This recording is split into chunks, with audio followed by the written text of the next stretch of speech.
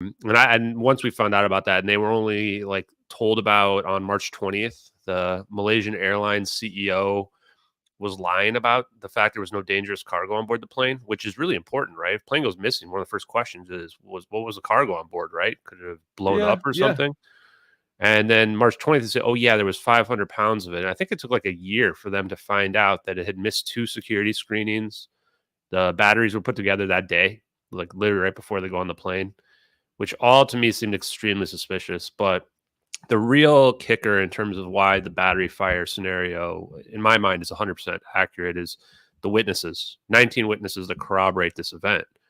And actually, I worked backwards from it. Is once we figured out the location, which was the Nicobar Islands of the videos, that's when I started looking back at the witnesses and realized Catherine T was right there in the Nicobar Islands on a boat with her husband and one crew member, I believe, where they were going from India to Phuket, Thailand. And she was at the location where the plane supposedly turns into the South Indian Ocean.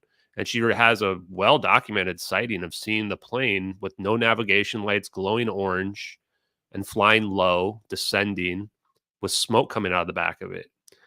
And I looked at that and we kept wondering, like, why is the plane glowing orange, right? Is this some kind of UFO thing causing it, right? But none of it made any sense because the plane's never outrunning these orbs in the videos. Like, the orbs are going so fast, there's just no chance. So it Yeah. wasn't until I saw a comment between some people where they said, I've got this weird theory that maybe the halon fire extinguishing gas is releasing bromine, which is a halogen gas.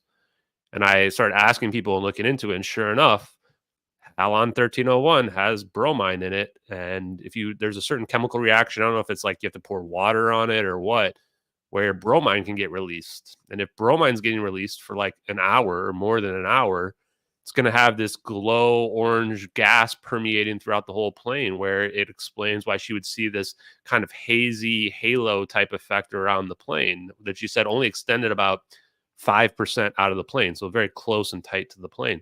It wasn't that she was seeing fire. She was seeing the gas, coming out of the plane. And then the pitch black, people go, well, how could you see in the pitch black? Actually, when it's pitch black, you can see even better because stuff stands out even more when you are like, in the country and you can see the stars and everything, right? You don't have as much light pollution. So then I worked backwards and I was like, okay, holy crap. She saw the plane and this is consistent with a fire event. And I looked at all the other witnesses. Mike McKay literally sees the plane on fire for about 5 to 10 seconds just as the batteries go off. And it makes sense because the fire extinguishing devices automatically kick in. Like the first ones that go off in the cargo bays are automatic. And then after that, there's like a low flow rate that will continually pour the halon into the cargo bay. But when you're doing that, the reaction sucks oxygen out of the cargo bay. That's how the fire extinguishing devices work. So if you're sucking oxygen out of the plane, you need to add oxygen. So what you would do is depressurize the plane and you would descend so that there's enough oxygen to get in for people to be able to breathe. Because those oxygen masks, and if you've been watching the Boeing fiasco that's been going on, one of the whistleblowers I think was also saying, the one I think who ended up quote unquote killing himself, was saying that a lot of the oxygen masks, like 25% of them, like don't even work. Like there's just like I would never trust the oxygen mask on the plane. It's just a placebo. Yeah, basically, like that's what I've heard, which would not surprise me. But yeah, or like maybe there's just laughing gas in it, so you just chill out before you die. Yeah, I think that if your bag does not inflate and they tell you not to worry, I'm worrying, right? But it's like, do you see the hole in the side of that plane? It's just like, dude, wear your seatbelt the whole time. I'm not wear 2 seatbelts. No. Or the other plane recently where it like descended like 500 feet within like a second because the engine just went out in the middle of the flight. That was like last week. And then a bunch of people got hurt. Like 50 people got hurt. Someone was like seriously injured because they went up to the ceiling and then crashed back down. Wear your seatbelt, boys and girls. Wear your seatbelt. But yeah, so Mike McKay sees the plane on fire for a few seconds. He gets discredited. He loses his job. He has his life ruined. There's 9 witnesses along the coast on different towns that hear loud noises consistent with, they thought it was like some kind of engine malfunction, explosion, something like that. It was probably just the batteries exploding. And then 10 minutes later, when the plane turns around, there's 8 fishermen on a boat 10 miles off the coast of Thailand and Malaysia that also see the plane flying unusually low, right? And this is all going to be consistent with the fire event where they're flying low to give the passengers enough oxygen, and that's inconsistent with the some of the reports out there about the plane flying higher up. Also, I found out that when the plane's flying lower, it actually goes faster as well, which is interesting because we need to cover a lot of ground really quickly, especially to get to the location and the coordinates that we have in the video. Um, and so it goes back to Penang, which if you're flying back to Penang, that's the closest airport you could go to land the 777 safely with a long enough runway. The other airport you would consider going to is Kuala Lumpur, but it's the middle of the night, and there's actually some mountains around that area I looked up. It looks like they go to about 7,000 feet, which is a little bit dangerous. I mean, if you're trying to fly under 10,000 feet for oxygen and above 7,000 feet, like, yeah, that seems like you got a nice little gap there. But in the middle of the night where you can see nothing, you're threading the needle, right? It's a little bit scary. So you want to go to the airport that has the best, altitude or best landscape where you have the least amount of possibility of crashing into a mountain, right? So it could have been a judgment call, but you could also argue that if this is really an espionage event, which I'm at this point, I think I'm conclusively going with, then that plane could even have been remote controlled. It could have been remote controlled from the time where it turns around. It could be remote controlled right before the zap in the videos, somewhere in like the Straits of Malacca. There's like a log on attempt on the SATCOM that happens at 1825 UTC, which is when this plane's like out in the Andaman Sea there near the Nicobar Islands. And that could be consistent with one of these AWACS, one of these American like radar jamming planes, like taking control of the aircraft at that point, maybe preparing it for the zap event that's going to happen. That part we can't really know. We can only speculate, right?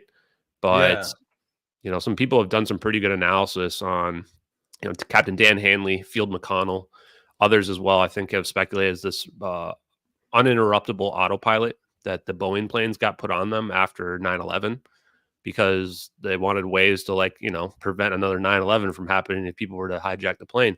But I think some of the strongest evidence is the Malaysian Minister of Defense, right? If this is a hijacking, a pilot's suicide, or any other hostile event, then Malaysia would have sent jets up. And people say, well, they were just idiots. No, they're not just idiots, right? That doesn't really add up, right? They didn't send up jets, and they admitted that the plane was not hostile. How did they know the plane wasn't hostile? Only way is you have communication with the plane. And then the people, well, why didn't they release any, recordings of that? Well, the answer is pretty clear because it's a cover up, right? So they only tell you the communications up until 1719 UTC, right before the plane goes dark. They're not going to tell you about any of the ones that would expose them, right? Yeah. I think what you're saying and what you've laid out in terms of the case for the battery fire I think it's plausible, right? I don't think you can deny that it's not plausible. But there's one thing that is just a little bit different. There's one thing that gives me a little bit different of a take, and something that just kind of caused me to raise an eyebrow, and that is that, it's kind of like when people talk about 9/11, right? And some people think there was explosives, the buildings were wired to blow and all that kind of thing.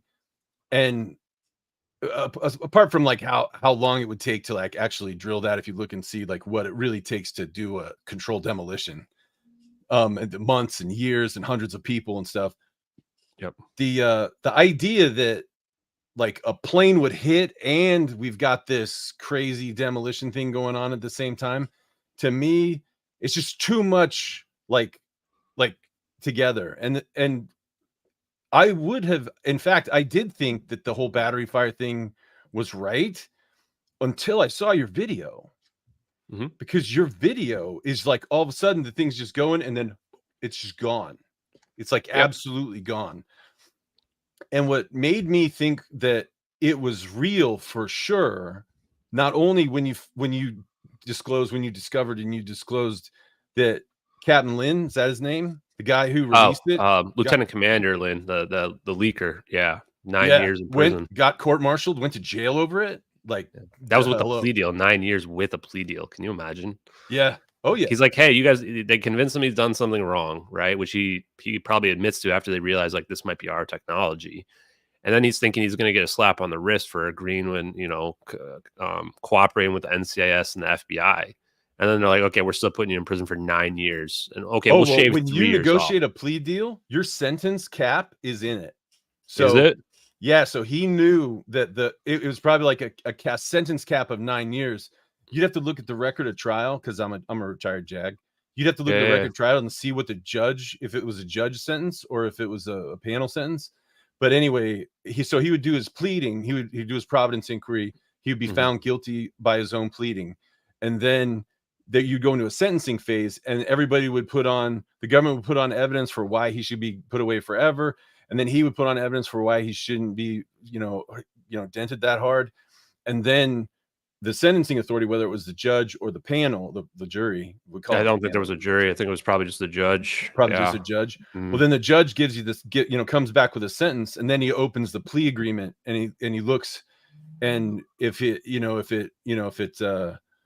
I mean, then he's kind of bound by the plea agreement. So, Got it. Because he yeah, actually so argued, we looked at the appeals and they had people testify as to why what he did was so damaging. And he actually argued that his sentence was overly harsh compared to people that had oh similar yeah, charges, which definitely, I mean, for a charge of willful dissemination of classified information, 6, 9 years, whatever, that's way well, more than dude, other people have actually, gotten. I don't think I've told, I mean, I've talked a little bit about this, I think, in my podcast, but I actually read, remember Manning? He was Chelsea Manning? UFC, well, now Chelsea, right? But at the time Yeah. in 2010, in the Field Theater Confinement Facility in Kuwait, where I was actually there, like bringing stuff home. I was deployed there, and they faxed me the charges, and they're like, "Dude, you need to read him these charges like right now. Like we're running into like a speedy trial issue." And I was like, "All right, man, give them to me." And so they gave them to me. I was at the ASG, and I walk up Mhm. to the Field Theater Confinement Facility, and Manning's in there. I'm in the jail cell with him, and he like snaps to attention. He's like, and I was like, "Hey, settle down, man. I got to read you these charges. I need you to soak this in." And I read them, and it was probably like, I don't know, 15 different specifications of everything from, treason to aiding the enemy and all that stuff. And that was for the WikiLeaks dump of all that classified information that he did when he was at the 10th Mountain. And so then I read him his charges, and I was like, I put him with his stuff. And then I went down to the dining facility to get some chow. And the guy on Fox News was reading me back the charges that I just got done reading Manning. That's funny. Yeah, so I mean, Yeah, I guess, I looked at Manning's stuff. Like when I looked, I was trying to find Edward C. Lynn. I was looking for anyone. I didn't even know what I was looking for. Right, I was like a needle in a haystack, and I just thought that I realized early on that the person it would have to be public record, that they can't hide it unless it's a martial law situation, which we're not under martial law. And I'm like, okay, so the person has to be out there, and it was really really difficult. I looked up all the big name people. Then I went to Wikipedia where they have lists based on if it's like Marines or Army or whatever of all the people that have been charged with either like espionage or willful retention of classified information. And I didn't even find anybody on that list. And then I was going to give up. And it took like about 2 weeks to do all this. And then finally, I'm like, okay, I'm going to start searching on time range Google searches, right? And I just started searching like 2014 to 2016 and like 2 year gaps. And that's where all of a sudden all the Edward C. Lynn articles came up. There's actually no articles after he was sentenced and he was been released.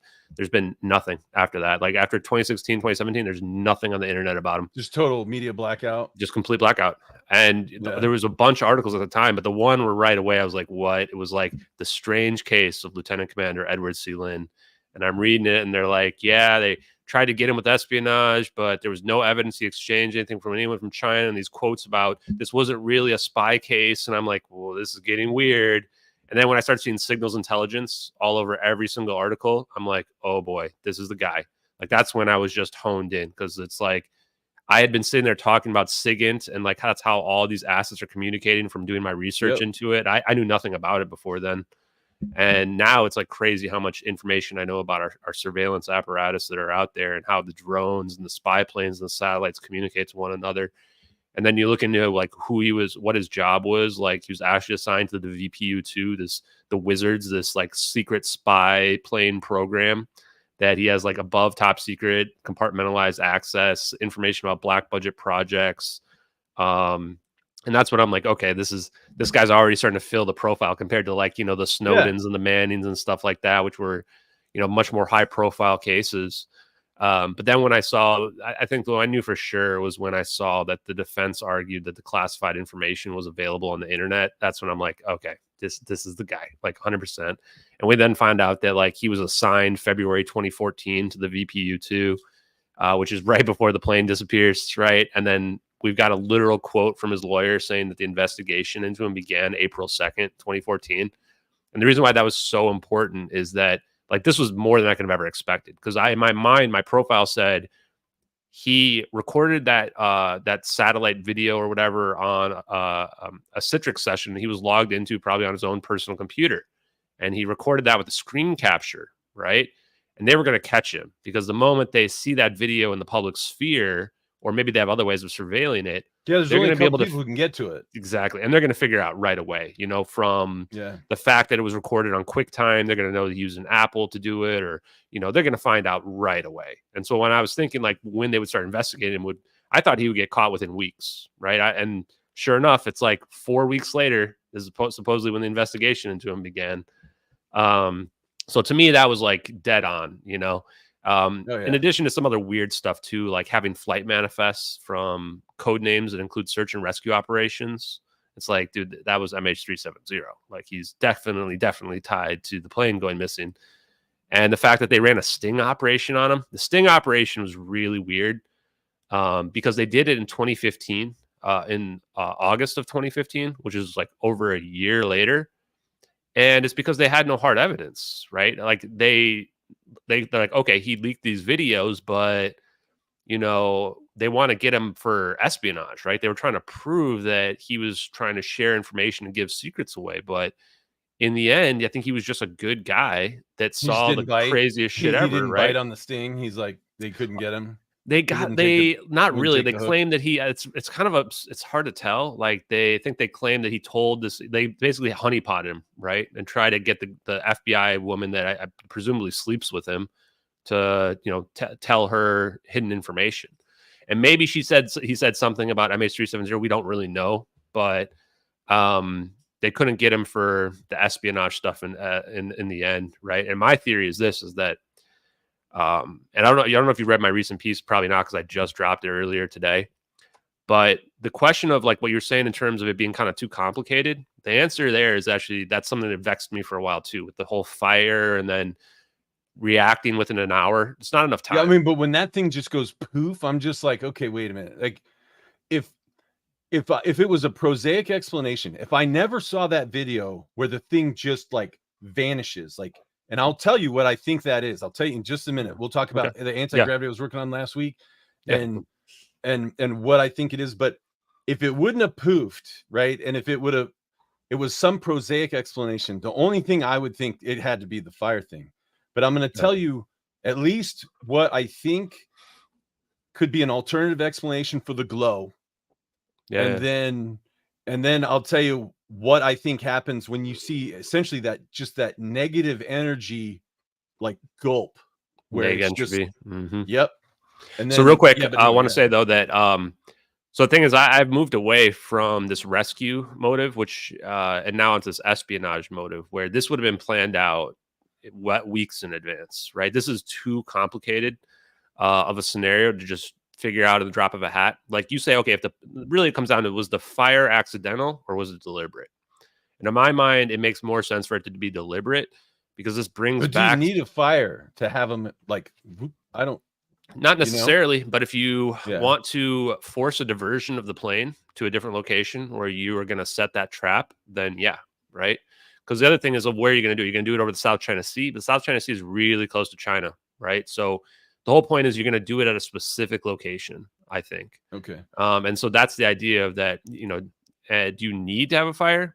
Probably not necessarily, but if the whole plan is you're trying to send somebody a message, then this sends a pretty strong message, right? And this is what Joseph P. Farrell was saying a week after the plane went missing, which I only heard this recording like 2 nights ago. And I'm sitting there listening to it, and I'm going, this dude nailed it. He's like, United States rumor has they have a super weapon. They might have teleported the plane. And then he's talking about how this would be to send a message to somebody. And I'm sitting there going, whoa, this is what I've like independently just been talking about for like the last 6 months, 7 months. Feels good, right? doesn't it? Doesn't it feel good when it's weird, like, for sure? Yeah. When you make this call or a prediction or something like that, and then down the road, 6 months, a year later, it's like the puzzle pieces are falling in place, and you're like, ha, ha. You know, I mean, like nobody gives you any credit. Like nobody high fives you or whatever, but at least you have that sort of that gratification of like, I fucking told you guys. No, definitely, right? And then when you hear something like that, where like he would never even have seen the videos, right? So he's figuring this all out just from deduction and knowing how, the deep state, if you want to call it that, the covert elite, how they operate. And he knows that there's advanced technology out there. And, he was able to piece it all together. The only thing he didn't figure out is, why wouldn't they just put a bomb on the plane if they want to make the plane disappear? But the answer is they're not trying to blow the plane up. That because yes, you'd have the fire can take care of that, right? Just let the plane crash in the ocean, and it's game over. It was a matter of getting the intellectual property. Like those people were likely tied to developing that exact technology or some component of it. I think to your point, it's something we talked about before we went live is that it's just not a matter of like one piece of technology here or there. It's like how you put it all together, right? And the piece of putting it together is like kind of the hard part, right? Because there's challenges that go along with that as well. And putting it together is when it becomes super classified. When you know one piece or another piece of the science or what have you, that's the part where that's fine to be out there, and that's what's out there in our public zeitgeist. It's when you bring it all together, that's when the government's like, okay, we got to knock on your door. You're getting a little too close, right? Yeah. So I was working on anti-gravity like a couple weeks ago. I went to Falcon Space Labs and we started, about that. And so when I in May 2021, when the Navy said UFOs are real, I thought they were all fake. I thought it was all comic books and fantasy and science fiction and whatever. It's never occurred to me. I was like, tinfoil hats, Yeah. But then when the Navy said, no, they're real, it's legit, I was done. I was like, okay, there's no question in my mind. The Navy said they're real. Okay, I believe them. And so then for me as an engineer, how does it happen? Right? There's no question in my mind, are UFOs legit? The only question is how do they move like they move?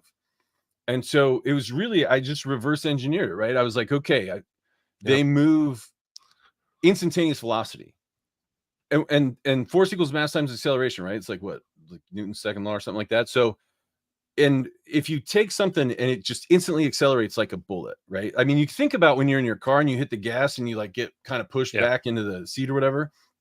Well, you're just crawling, man. But something taken off like instantaneous velocity. And I think there's a Dr. Knuth who's actually done like calculations on some of the radar data and the forces that it would induce. But essentially, it's guaranteed, even if it was a drone or what have you, if that thing isn't massless, it crushes itself like a pancake under its own inertia. Because mathematically, something taken off like a rocket from zero to a rocket is exactly the same force as it would experience if it was going like a rocket and instantaneously stopped, like hit a brick wall. Because we have to have inertial mass reduction, right? I mean, that's the only way it can begin to make sense. You must be massless or you're dead, or the thing just crushes itself. Like there's no, how like things burn up on reentry or whatever. It's like a zillion times worse than that, right? So it has to be massless. And so the next question is like, what gives matter mass? And I had all these videos queued up and everything, and I can share them with you later. Or I'll put them in like a description or something like that. But it's all PBS Spacetime videos that talk about exactly what we need. I love PBS like Spacetime. I love it. I know, dude. I love it. So that's how I got excited into this, man. Just a quick side note. If you watch PBS Spacetime, when they go to like Hypernova supporters, you will see Bradley Voorhees for the last 2 years. Yeah, really? Every month I give him like $100, $200 or something. Wow, that's I love awesome, that man. much. Yeah. Yeah. So that's how I figured out about a lot of this stuff, and I got even down into this rabbit hole. Like I started looking at the double slit experiment, and then I started looking at like macroscopic quantum decoherence and those types of stuff. And now that's led to where, we're looking at, like you said about reverse engineering it. Like the same is true for me watching the MH370 videos where I'm going, holy shit, this is actually real. And if so, then we can figure it out, right? It seems impossible, like UFOs speeding off at, super speed, but if it is real, then we can figure out how it works. And I think Thomas Townsend Brown had that same reaction you did maybe 60, 80 years ago, where he saw it. He was told, by insiders in the military that, no, these UFOs are real. And he's going, okay, crap, I got to figure out how they work now, right? That's exactly what went through my head. And so So then I was like, okay, what gives matter mass? The consensus view is that the Higgs field is what gives matter mass. It's kind of like honey, like moving through honey. And people say, oh, the Higgs boson's not heavy enough to give matter. It's not the weight of the Higgs boson. Think of it like a rubber band. Like the weight of a rubber band is nothing compared to the force that it can induce when it stretches. And so the that's Higgs weird. I just talked to a guy about that. Just like it's my podcast with Martin Gibson. So I think it's going to go live tomorrow. But he took a Chinese finger trap, and he explained how like when you pull it apart, then you can have this kind of opposite force. I don't know if it's opposite, but you have like a force kind of tension. Yeah, tension kind of pulling it in. Anyway, keep going. Sorry about that. Yeah. No, go ahead. What did he say? Well, I'll have to play it tomorrow, but yeah, I mean, it goes a little bit over my head, but yeah, so it's the idea though that it kind of goes back to this whole idea of what the universe is in terms of being like a gauge lattice, and that how you know you can have I think it kind of goes back to the holographic principle. Although I asked him directly, and he didn't give me a direct answer on that front, but what's the word? Where like stuff's kind of not permeating through space, but I forget the name of it, but the idea though that you have like something kind of flowing through space itself that could potentially be causing some type of interaction, coextensive. Yeah. So go ahead, keep going. Yeah, so the Higgs field gives matter mass, and we know the Higgs field. I was watching a Leonard Susskind lecture, like 12 years old or so. And it was, and he said that the Higgs field is an infinite source in sync. It's a condensate for weak hypercharge. And the only particle that carries weak hypercharge is the left-handed chiral electron, the positron. And so the Higgs field gives matter mass. The positron is stuck to the Higgs field. And that's the reason, and if you watch PBS Spacetime, you'll see, I will give you the link. You'll love it. But the reason that the electron isn't moving like a photon is because it's trading the weak hypercharge back and forth with the Higgs field on infinitely small timescales, and that's why it's so much slower. But the left-handed electron is stuck to the Higgs field, and if the Higgs field is pulling on the left-handed electron, then Newton's third law tells us that the left-handed electron is pushing on the Higgs field too. And so, and we know that gravity and the Higgs field is the only field that is non-zero in a vacuum, right? The vacuum expectation value of the Higgs field is 246 gigaelectron volts. It's the only field that in a total vacuum has a non-zero energy. And so my hypothesis is that the Higgs field that gives matter mass that the left-handed electron is stuck to, the Higgs field's vacuum excitation value, I don't believe it is 246 gigaelectron volts. I think it's negative 246 gigaelectron volts, which makes the Higgs field the gravity field, and it makes the left-handed electron essentially our handle for grabbing onto it. And so if you take a Faraday disc was invented by Michael Faraday like 200 years ago, and it's a copper disc, and he spun it, and he put a magnet on the side of it.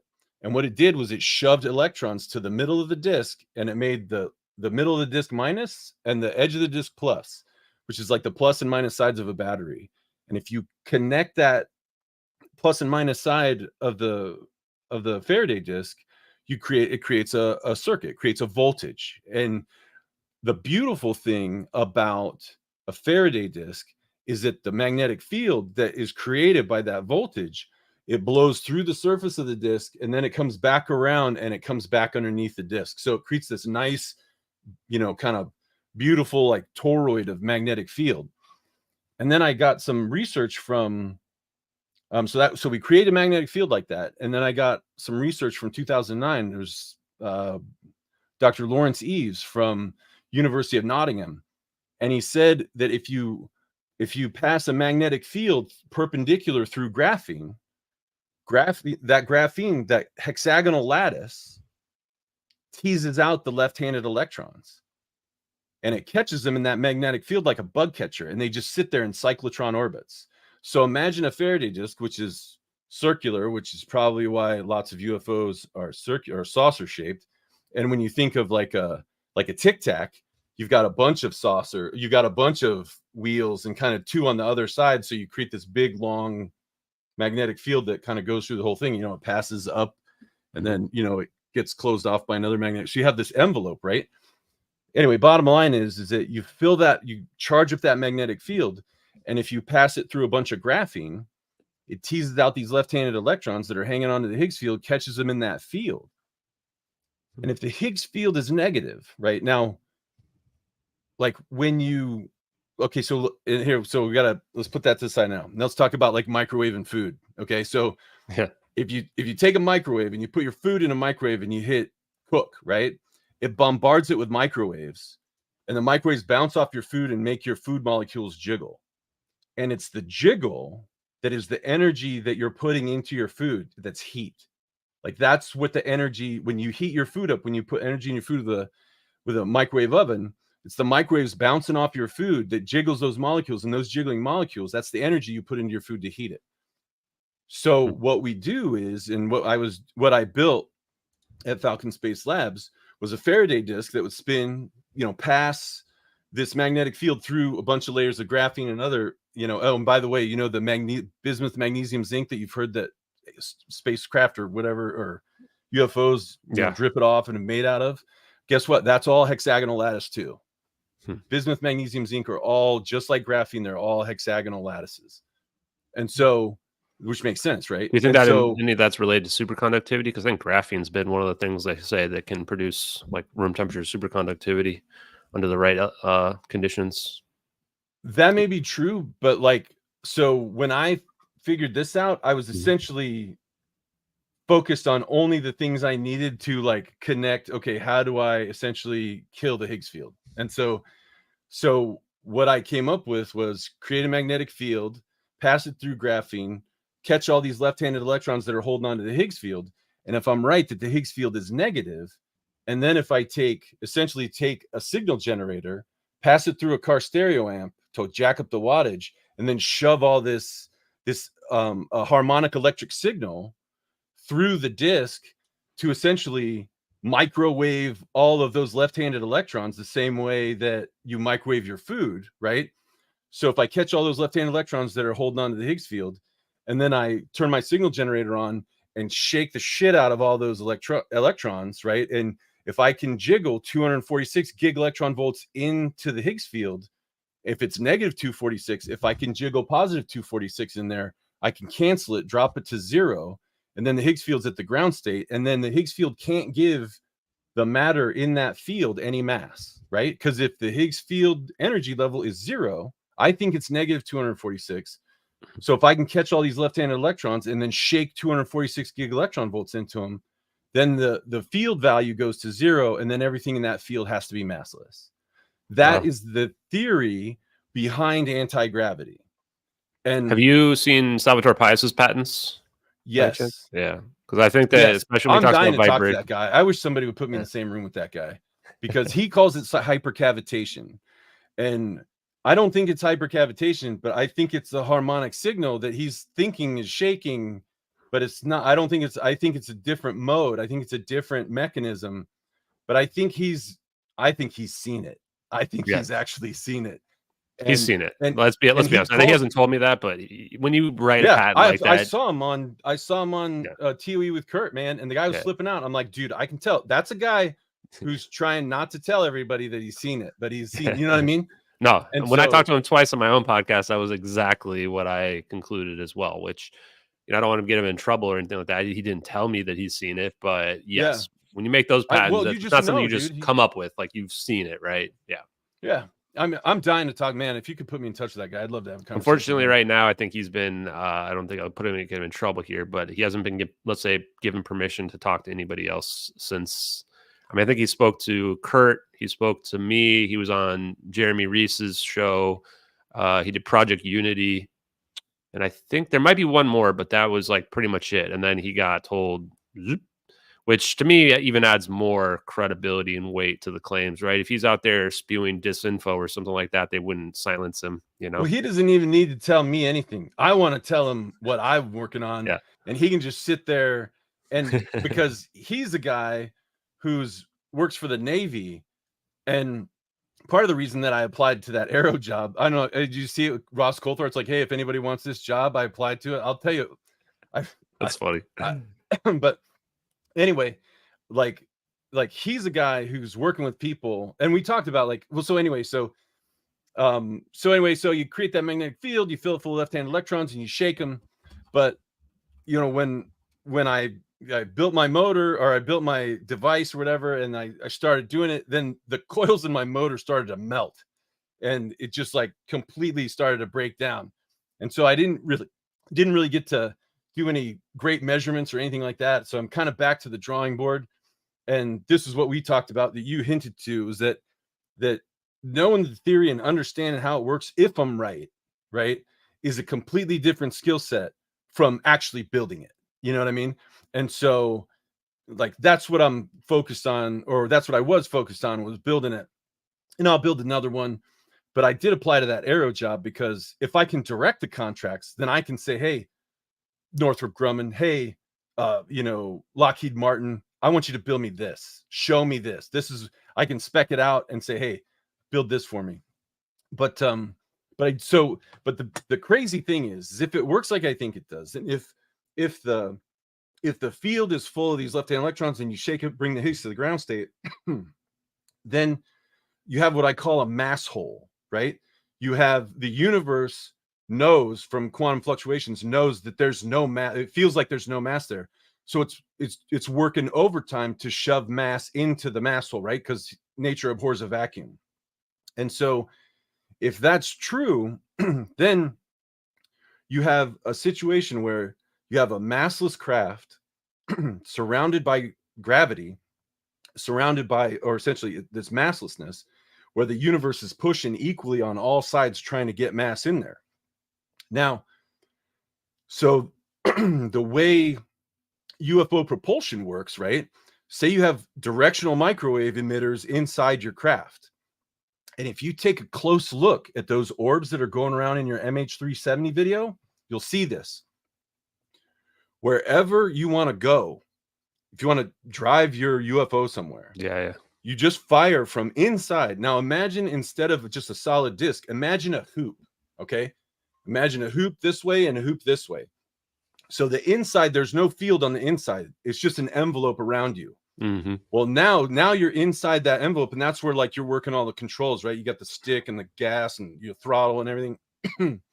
And so when you turn on directional microwaves from inside that craft and you shoot directional microwaves through that massless field, you're manipulating the quantum vacuum, right? So the universe is pushing super hard all around you, trying to push matter into that mass hole.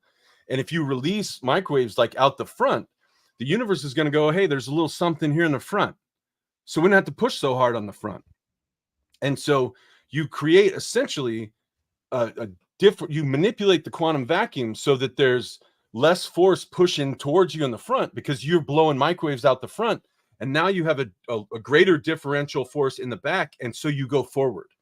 So you fly around on a tractor beam, essentially, wherever you point these microwaves, and you're following essentially the beam that you're emitting. You want to go up, you just emit microwaves out the top, and then you fly up. And if you look really close at one of those videos you did, is the thermal one, I think. Yeah, we can see the lines in front. Is that what you're talking about? Where you see the lines in front, that's exactly how they steer. That's exactly how they fly. That's exactly it. That's exactly it. I'm telling you. And if you look close at that video, you'll see they are flying exactly towards the direction that they're emitting those. That they're emitting that, and it looks like negative energy. And I did a podcast episode called Predicting Quantum Echoes of a Future Past or something like that. And I talked about the reason that it looks negative is because you got conservation of mass energy, right? In the universe, you can't add energy to the universe. But if you're one of these craft, and we'll talk in a minute about what a quantum echo is. But if a quantum echo is throwing microwaves out of, essentially, it's throwing it into the past, and I'll tell you why in a second. The universe is going to go, oh no, we can't have that. Like, we can't have like extra energy. And so it's going to essentially create gravity to compensate, to cancel that. So, okay. So if anti-gravity works the way I think it does, right? So kind of a big if, but not really. If anti-gravity works the way I think it does, you create this mass hole, right? Well, that energy of your mass, E equals mc squared, the mass times c squared is there. It's in our universe. It's right here. And you can't violate conservation of mass energy.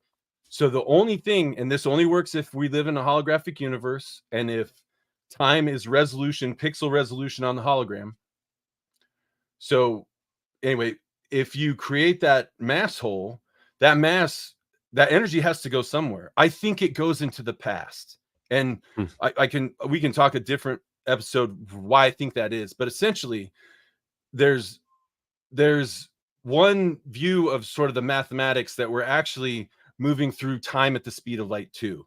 And so if the Higgs field is what connects matter or connects energy to this instance of time, and when you create this mass hole, essentially you leave your mass into the past. You leave your mass in time. It like you drop it and you race away from it at the speed of light. Well, here's the thing, that mass has to go somewhere. And if it goes into the past, then it can only go exactly as far back as the energy, as the tension in the Higgs field, because it's still quantumly entangled, right? Like it's still, still quantumly entangled to your massless particles in the present. And so, but the mass can only go as far back in time as it takes to totally cancel it from the tension in the Higgs field. So it's like it can only go back so far, because when the gravity across what we call an ER wormhole, that in that wormhole, the tension between this moment in time, like it's like, when you hit your gas in the car and you take off, there's something called time dilation. You're actually, part of your body's like slowing down in time. Well, when you go completely massless, that's gonna, the time dilates, your mass goes into the past. And so, and it's going to go exactly as long as it takes for the gravity to cancel it. And it won't go further because that would be more gravity. And so it would be taking away, be more negative energy in some place.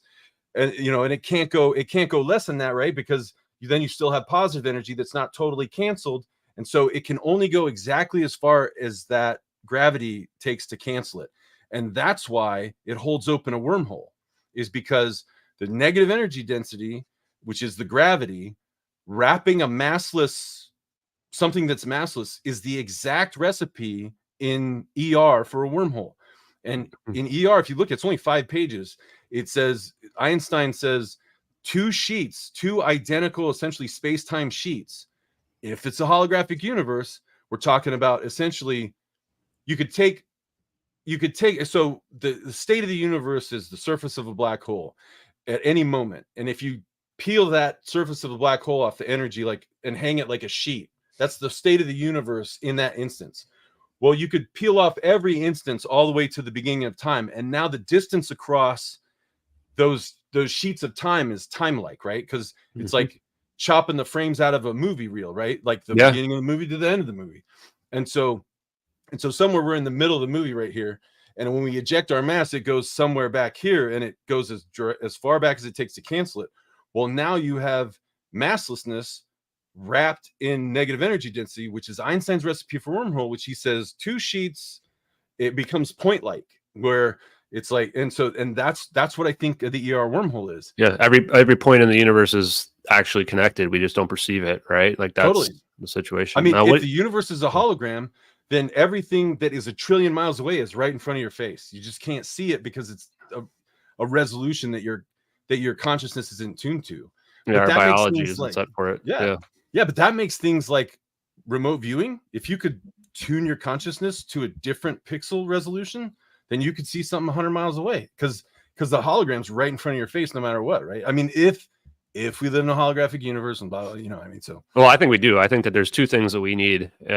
One of them is the one you just mentioned, which is that we have to understand that it's a holographic universe. I call it like the matrix. Other people call it the ether or counter space, or whatever you want. But there's an underlying framework to our reality that we don't perceive, right?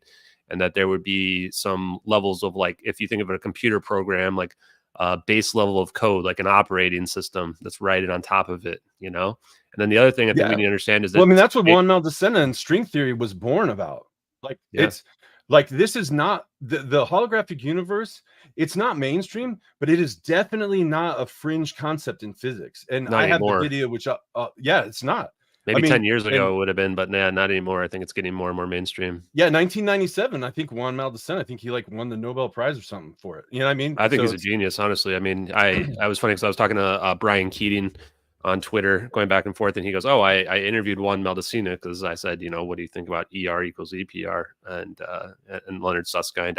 Personally, I think I love their theories, and that's why I just interviewed Martin Gibson because he has his own unification theory. I think there's half dozen or more that are out there, and I don't know. The truth is somewhere in there, right? But conceptually, I love the ER equals EPR. What I would kind of ask you, maybe we have a minor debate over it, is sure. the thing I'm not sure about is whether or not you can go to the past, right? And if we can break primitive causality, I think of as time dilation as like the universal corrector. And the way I perceive it is that I think a good thought experiment somebody posted is let's say you want to travel somewhere that's 5,000 light years away, okay? And 1 light year is exactly how far it takes light to travel 1 year, or how far it goes in 1 year. So if we go somewhere that's 5,000 light years away, and we look back at the Earth and we travel there instantaneously, people At the ask, would speed of you be light, able? yeah, well, Yeah, you'll experience it instantaneously. The pilot will, but or if everybody you, else will see you yeah, go take a year, 5,000 years or whatever to get there. Yeah. exactly. So that's the question, right? Is that if you have, because people ask, well, if I instantaneously transported somewhere that's 5,000 light years away and I look back at the Earth, would I see the pyramids being built? And my answer was no, because when you show up, from your perspective, you'll show up there instantly. But from the outsider's perspective, it's going to look like you showed up 5,000 years in the future. And to me, that's time dilation correcting itself to make sure that you cannot break causality. Because otherwise, if I could instantly transport somewhere else and look back into the past, I would now have information about something that I could then change, because then I could instantly transport back and I could tell people, oh, yes, here's what happened potentially in the past. And then those people could then, well, I don't know. That's the part I kind of struggle with mentally. So I guess that's my question to you is, do you think that we can travel the past? Do you think we can change the past? And if so, how do you think that would play out? So, okay, now a lot of people might not agree with me, but so I That's fine. don't This is think why I there's love this anything. Go ahead. I don't think there's such thing as free will. I think that there's no grandfather paradox because you didn't go back and kill your grandfather. Yeah, okay. And so, Have you seen the show Dark, by the way, on mm-mm, Netflix? Well, okay, so the I show will watch Dark it though. basically like it does that. It's this German show where he goes back in time, but he can't change the past because whatever he went back at it has already happened, right? So he sees himself in the future, the past, but it's kind of like, it's a paradox where it's like he can't change anything. Whatever he did, he always did. And so even if he goes Yeah, through again, like he'll always yeah. end up, even if he knows what's going to happen, he knows he's going to end up having to do that no matter what, right? Like it does bring the question of, do you have free will or not? So go ahead. See, because I think, well, and you'll see, like, and I'll tell you, I'm kind of locked into this, right? Because I think, and this is what I told Arrow when on my cover letter, which if you want me to, I'll read it to you. It's kind of a hoot.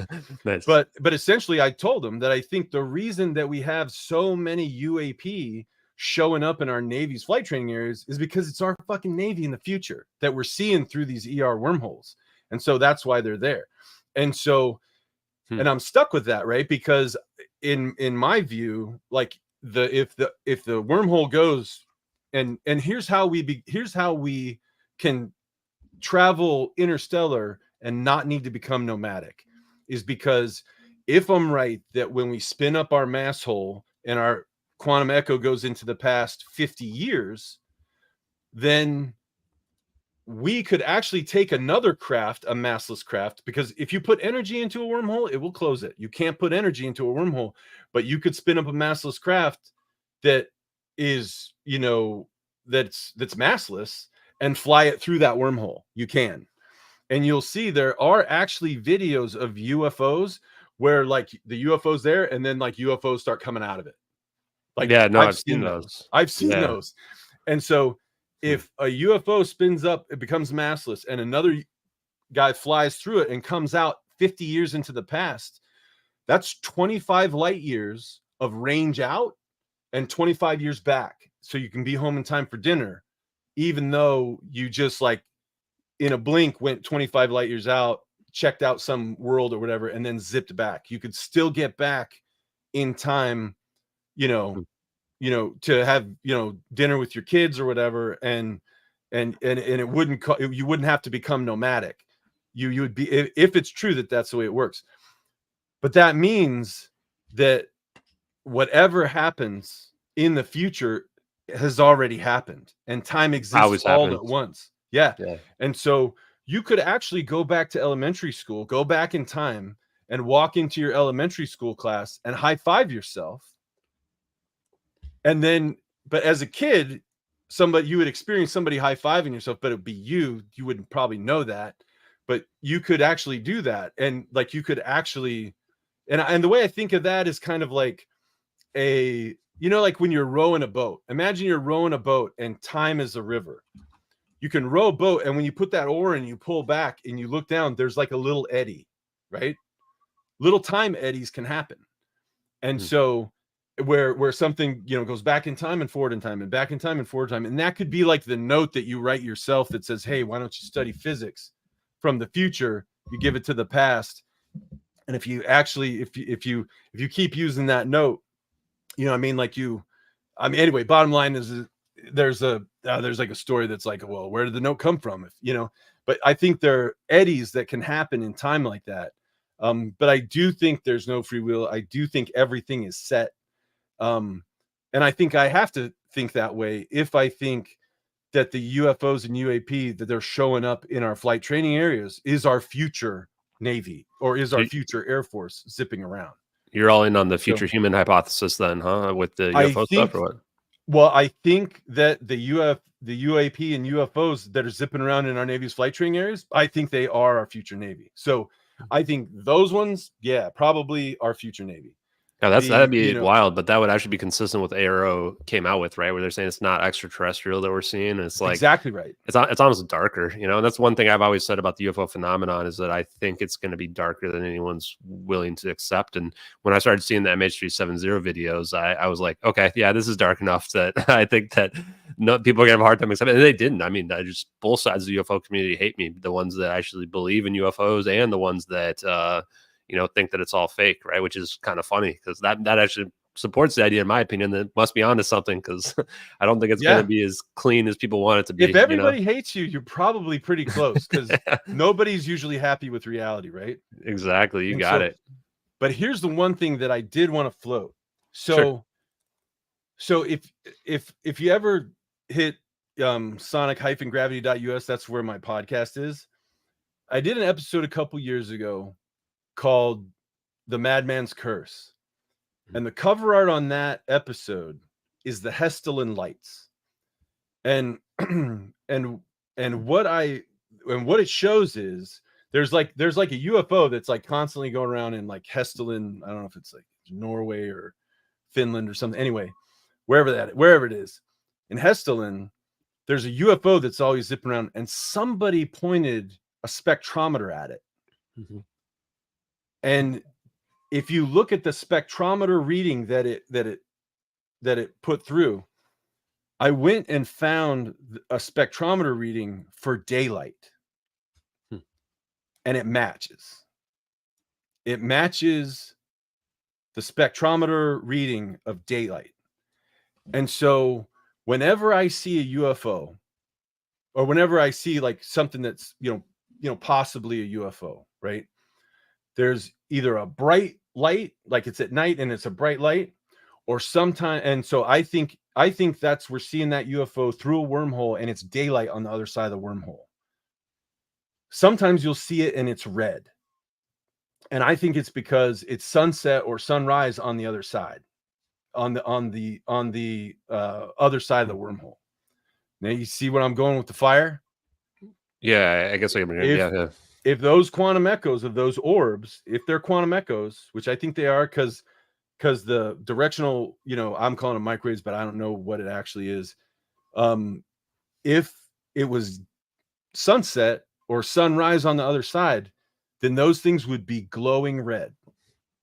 And I wonder whether that might be what the people on the ground mistook for fire.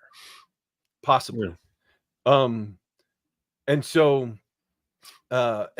But it's also consistent with, I don't know if you heard recently, there were Ukrainian scientists that were saying they were seeing UFOs, and they were saying they were calling them phantoms. Well, that happens when it's nighttime on the other side. When it's nighttime on the other side of the wormhole, I think that's what you get. You get those phantoms, those shadows. Yeah, so you're thinking of it in terms of like literally looking through like a portal where you're looking onto the other side, and now you're seeing the environment on the other side through the. Well, there's light, right? Like I don't know if you could see because gravity, it kind of it bends light, because gravity bends space and light travels through space, so it gets lens and everything. And so I don't know that you could. I don't know that you can see the environment through, but certainly the light, like kind of a blur, right? Like that's what you'd get. And I think in a lot of ways that's probably why most UFOs are blurry, right? I mean, probably. So what do you think about retrocausality? So do you think that the Mandela effect could be real? Like the idea that if you don't know the Mandela effect? Oh yeah, sure. This is gonna be fun. So you're familiar with the brand Fruit of the Loom, right? Yeah. Yeah. So do you think underpants, you mean? Yeah. Do you ever remember you know their logo? Just imagine their logo right now. Does the logo have a cornucopia in it when you imagine it? The logo Fruit of the Loom, which is some fruit or whatever. I don't remember.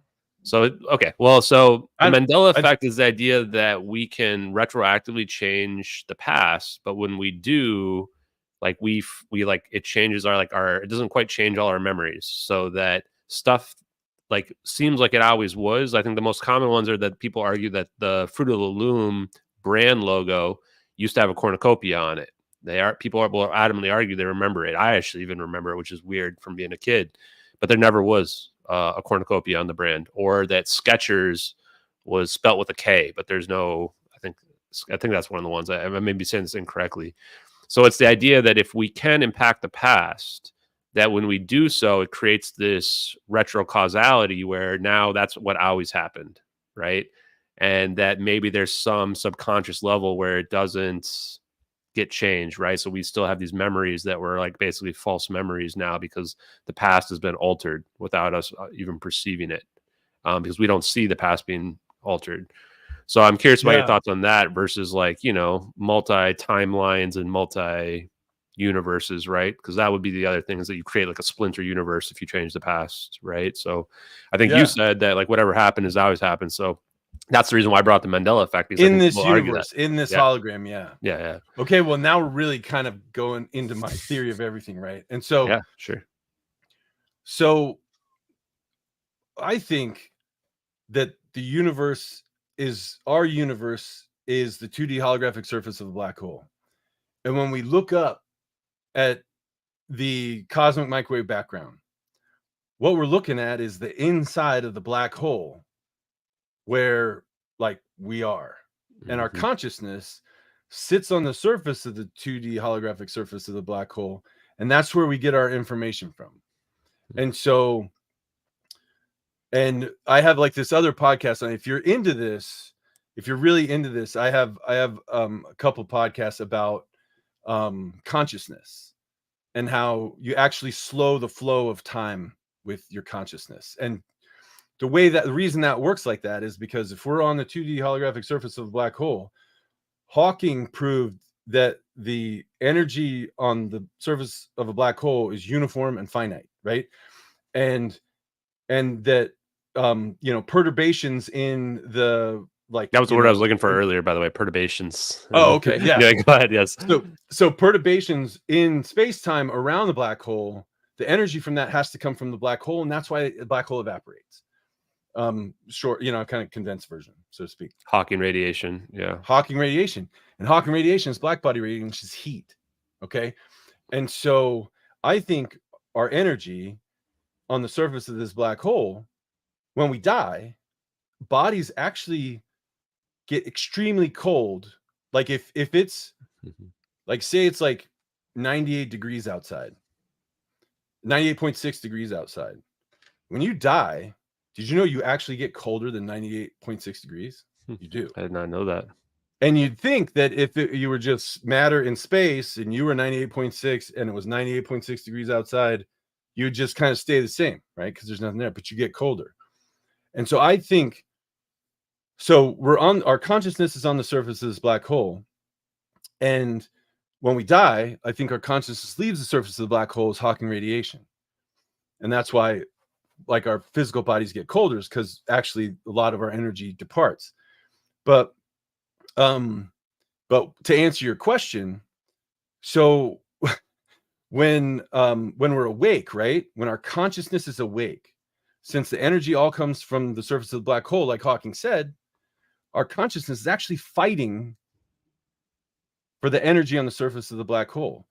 And I think that space-time is blowing out of black holes in all directions, and that's what causes universal expansion. And actually, I think that neutrinos that are always blasting through us, right, are the marker for space-time. And so since we're on the surface of the black hole and we're moving through time, we're not actually moving anywhere because we're on the surface of this black hole, but space-time's blowing through us. And it's space-time blowing through the surface of the black hole that changes the black hole, and which is what we notice as the passage of time. And the experiments that we can do to prove this, if consciousness indeed, and if you look this stuff up, like you will see that it like what we've observed and everything totally supports this, is that when your consciousness is active, right, you slow time, because your consciousness has taken energy that space-time needs to move the hologram, which is why when you fall asleep, time moves faster, right? And when you're awake, time moves slower, because, and like the 6 hours when you're awake moves way slower than 6 hours when you're asleep, right? And so, and if you look at hummingbirds, if there's a metric for sucking the energy off the surface of the black hole, and that's energy that time can't use to move the hologram, humans have like 54 million neurons per gram of brain matter.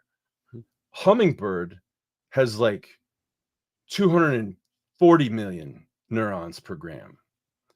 And so the hummingbird, when it's conscious, takes more energy off the surface of the black hole that time doesn't have, because time can't use it, because the conscious hummingbird is soaking up so much more energy density. And so that's why hummingbirds move so fucking fast, is because their clock can't tick as fast. And so they're doing more action between ticks of the clock than humans do.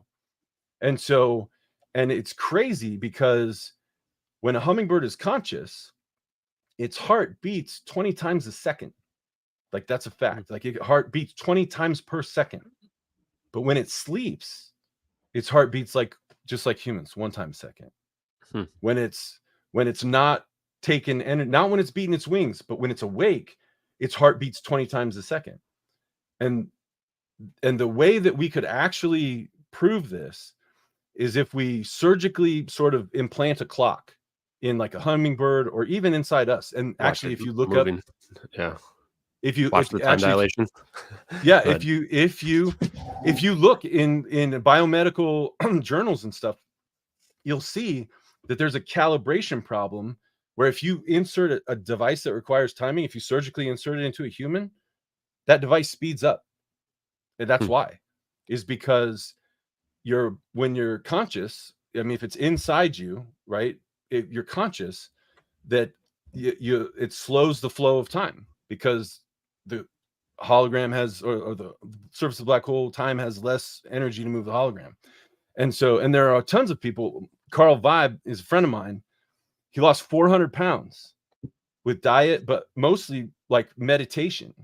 And so, and I told him, I said, man, if you're activating tons more neurons and pulling more energy off the surface of the black hole, dude, you're gonna jack up your metabolism. You're gonna move faster, relative to, I mean, anyway, and you can look it up. I did a podcast on it called, you're preaching to the choir over here.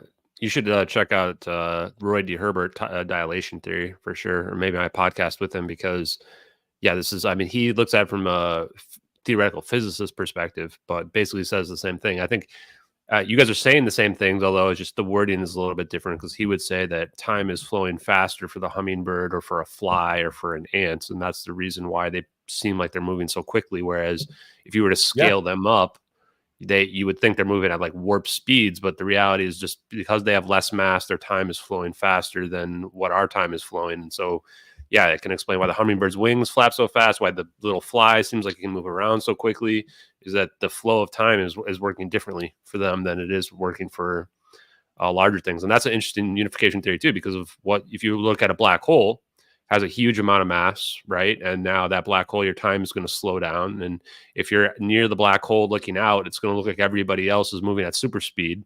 And those people that are looking at you near the black hole, it's going to look like you're moving in slow motion, right? But from your own frame of perspective, it's going to look like you're moving at normal speed, right? So it's pretty damn weird, when you think about it. I think time dilation is nuts. I didn't even know about time dilation until I watched the movie Interstellar, and I went back home and I Googled it, and I'm like, wait, is this real? And you're like, yep, they sent clocks out into outer space and they get out of sync, and you're like, what? Right? It's crazy. Dude. Totally. Actually, I have this crazy theory for black hole genesis too. I don't think it's mass, actually. Because if you take a star, right, that starts out, the energy of that star, if you start subtracting out everything that happens, like you subtract out the amount of the nova, or the brightness of the explosion, you take that energy out. If you take all the stardust out, you subtract out the stardust, and then if you and then when what you're left over with isn't enough mass to be the black hole that it is. It's not. And so, because if you take the total energy of the star and you subtract out all the stuff that we know happens in a supernova, you're not left over with enough mass to be a black hole. And so what I think happens is it's like an ice skater. Now, Einstein said that if something goes faster than the speed of light, it goes back in time. And so if you take a star and it, builds, hydrogen and, then helium and whatever, and they think that when it gets to iron or whatever, it starts to be endothermic and then it collapses. I don't think that's what happens, but anyway, bottom line is when the star collapses, right, it has a certain amount of rotational energy called moment of inertia. And the moment of inertia, when it's big, has to stay equal to the moment of inertia when it collapses. And that looks like an ice skater when she jumps up in the air with her arms out. When she pulls them in, she spins up really fast. Yeah. Well, it's like a neutron star too, right? Yeah. Well, when a star collapses, it spins up like a light speed axle.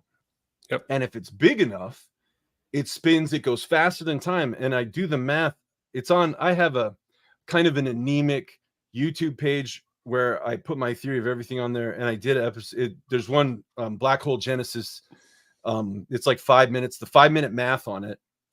And you can calculate, if you have an initial rotation, you can calculate the radius at which, to conserve the moment of inertia, you can calculate the radius at which it would have to spin faster than light.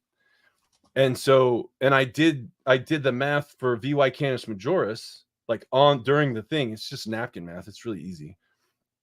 And it comes out to almost the same Schwarzschild radius, which is the radius under, I think, the misimpression that a black hole is a big ball of mass. But essentially, and it shows that a black hole is actually a donut. And if you look at the Event Horizon Telescope and then the Event Horizon Telescope, after I did this, and then the Event Horizon Telescope showed us what M87, which is a black hole, looks like, and it's a donut, dude. Yep. And they think the black hole, they think it's a hole in the middle. That's not, dude. That's empty space. It's a donut. And we also, they showed us Sagittarius A star, which is the black hole in the middle of our galaxy. You know what the real image is? The unadulterated, unchanged image? It's an ellipse, because it's a donut from the side. Yeah. But then they went in and monkeyed with it, and they did all this, like, we think it's scattering and whatever. And they kind of assumed their conclusion that there was a black hole like in the middle of it or whatever. But the actual image of it is like a big orange ellipse, just like M87 is a big orange donut. And so I think that black holes are donuts, and they're creatures of spin, superluminal spin. And when something spins superluminal, I think what happens is, Einstein says it goes back in time. And I think what happens is it essentially rips out of time. It goes back in time, but but it can't go like just a day back because it would add energy back to that day, right? So it has to go back before the beginning of time. And it carries the space that's inside the core of that star back before the beginning of time, and it big bangs into another universe. And that's where the space inflates, is the space that's inside the core of that star. When it rips out and goes back in time, goes back before the beginning of time, and then it big bangs, and the space that the core of that star brings back with it is what's inflating.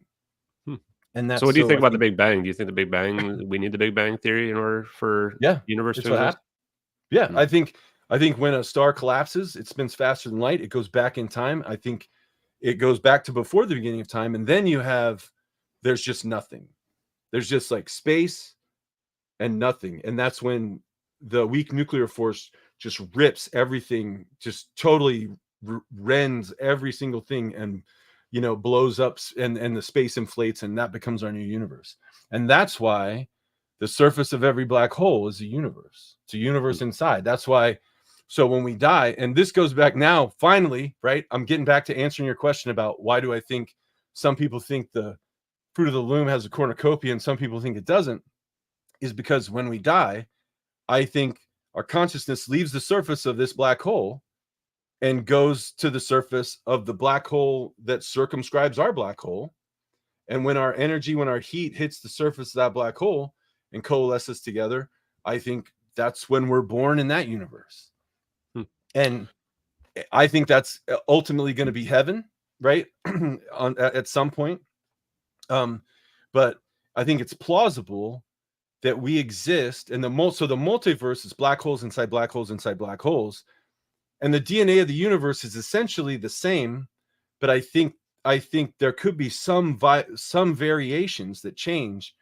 And if I had to put my finger on a variation that was different between the universe we were in before, which was inside the universe, and the universe we're in now, is that maybe in the universe we were in before, there was a cornucopia. Oh, so going back to the Mandela, bringing it all the way back. Yeah. There was a cornucopia in that universe. Yeah, that's an interesting thought. I mean, then what's it called? Deja vu. Yeah, makes a lot more sense.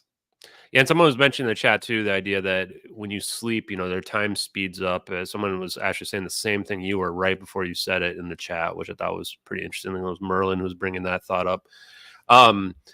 I don't really love the Big Bang theory in general, but I don't disagree with anything that you just said either at the same time. And I think it's really just a matter of like perception for the most part. What is your thoughts on, like, do you become more spiritual the more you learn about science? I guess would be my first question. Yeah. Oh God, yeah.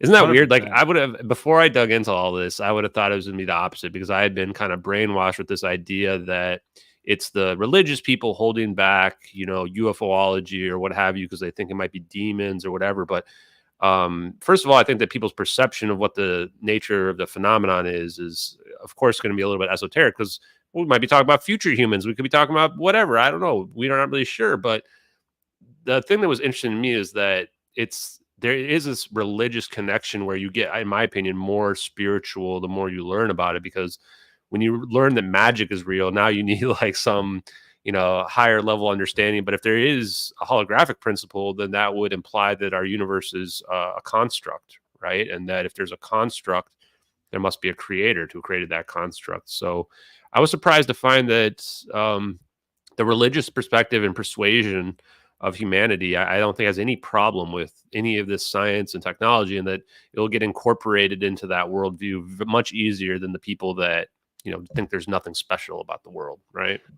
Well, like if you Google like what the Vatican says about aliens, like from years and years ago, they've been saying that aliens are pretty consistent with it's a big universe, God made it all, you know what I mean? And so, but I think I definitely think, well, here's this kind of in a nutshell. So, and I just did a podcast called Alien Logic, right? Which is, I think that in a sufficiently Earth-like environment, right, we would evolve, right? Because we're here, right? That like you take it all the way back to its just core principles, right? Like, there's something called the stationary action principle. And what that says is that, nature will minimize the action, and essentially energy follows the laws of physics, right?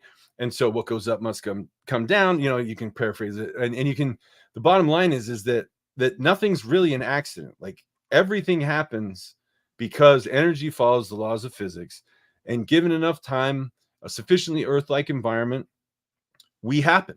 We just do, because we're here. And so, if that's true, and there's all kinds of examples of, like, what they call convergent evolution, where crabs evolve from, different species in different places on the Earth. And the whole idea is that in sufficiently similar conditions, the same things are going to happen. And so when we're only a 4 or 5 billion, we're a 5 billion year old, 4.5 billion year old planet, right? In a 14 or 15 billion year old universe, a sufficiently Earth-like environment that happened, 10 billion years ago, right, is going to have humans, right? And if it only takes time for the apex species on a planet to go, and I did a podcast episode called the Real Prime Directive, where this kind of just hit me. But in a sufficiently Earth-like environment that happened, 10 billion years ago, you got humans that are going to be billions of years more evolved. And if it only takes time to go interstellar, and if anti-gravity works the way I think it does, we're pretty close to going interstellar now. We could be. Then, especially if we'd stop shooting at each other and we just got to it, then you have a scenario where, what would we do? What would you do, Ashton, if you all of a sudden were interstellar? What would you do? Yeah, no, that's a good question. I think what would you do? What would you do? Well, so Elon Musk talks about it all the time. I kind of have to set it up a little bit, but first of all, the crab thing is really weird. I read about that yesterday or 2 days ago, that crabs have independently evolved into that shape multiple times, right? Which is it's like Earth's a 3D crab printer. But here's the question. I think I would answer your thing like this. Your question like this is that I've wondered often, if we can change the past, what would I tell myself? What would I do if future me could impact my current life or my past life, right? Or the other way I look at it is, if you could pick any time to live in, what time would you choose to live in? I think about that question. I would say the scary answer is I would probably choose to live whenever the world and the universe ended, right? Because I want to see the end of everything, right? If you were to take time and all of time and look at it like a string, when would you choose to live in? Probably the beginning or the end, and probably the end, because we'd be more advanced at that point. I want to see the cool stuff, right? But the other part too is I wonder, what would I do if I could change the past? Would I overtly just give myself the answer to the lottery numbers, or would I do something less direct, right? And that's what I don't really have an answer for you in general, because I'm not sure. I think I would do something stealthy where I wouldn't even recognize that I was doing it, right? And the thing that scares me about that a little bit and creeps me out, and I think of this pretty frequently nowadays, is I look at what my life has been doing the last 6 months and just how much. Do you know that you haven't? Exactly. Yeah. That's the question. How do I know that I haven't, right? I look at it and I go, wow, the people that I've been able to talk to, the connections that I've made in the last 6 months, nothing that I would have ever anticipated in my life. My life has taken just a complete different trajectory since the MH370 videos and everything else. And I think the future trajectory of it is even crazier, honestly. I don't know what there is planned. So, but I have high hopes. And that's the thing, is that I go, wow, maybe we really can change the past. So maybe future me already has, and change the trajectory of my life now. It's hard to say. I really don't know. But that's what I love about these questions, is that I don't know the answer to that. I know the answers to the MH370 stuff because I've been investigating it, and I've seen the evidence. And of course, I don't know the inner workings of how all the super advanced technology works, but I'm trying to catch up to that, to get on your level and other people's levels that I've. Well, don't say my level.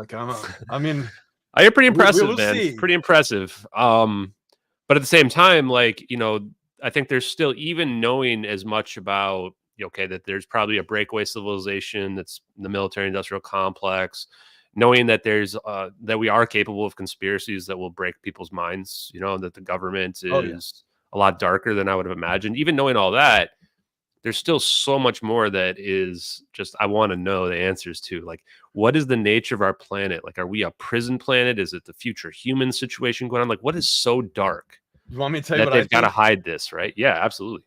All right, so if we agree that it only takes time for humans or any species, any apex species, it only takes time for them to go interstellar, right?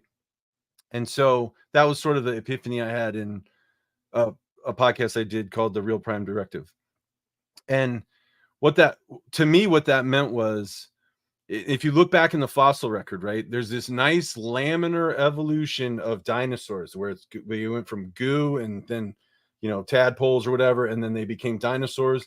And then 65 million years ago, everything gets zorched and mammals come out of nowhere. Okay. So what I was trying to provoke from you is, what would we do if we became interstellar? We would go colonize other worlds. Yeah. And we essentially, Elon Musk talks about needing to become an interstellar or an interplanetary species, colonizing Mars, all that kind of stuff. But what we would do is we would colonize other worlds. And that's what I think happened here.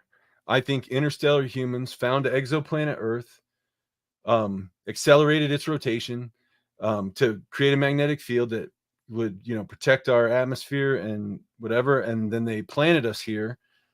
And I have lots of podcasts about, like, actually, the pyramids. Drexel University did a study, it's national science funded, from 2008, and they showed that the pyramids are made of concrete that's more advanced than the concrete we have today. And so what that tells me is that, they kind of put us some starter structures, for us to, to kind of get after. And there's a whole bunch of reasons that I did 2 podcast episodes recently called Alien Logic, and that's what they're about.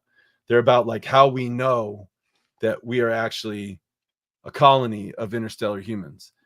And I think, and the Real Prime Directive, which I actually came to earlier, was kind of darker, because in any sufficiently Earth-like planet not hit, essentially terraformed with a meteor and with dinosaurs wiped out, any sufficiently Earth-like planet will grow dinosaurs first, which means in any planet not hit by a meteor, I think the Troodon, which is a velociraptor, big brain, opposable thumb, goes interstellar first. The reptilians, guys, they're real. It's been confirmed I'm here. not, seriously. Brad's confirmed the reptilians.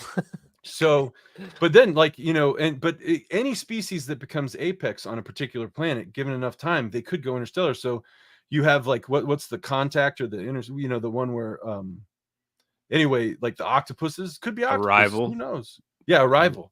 Or insects. Who knows? Just kind of just depends. Yeah, District 9. Yeah, they have a movie for every single one, I think, at this point. Yeah. So, I mean, at the end of the day, like, it's plausible. And this is where I started kind of trying to freak out a little bit, because, or not really freak out, but in my head, I was just like, wow, that's crazy.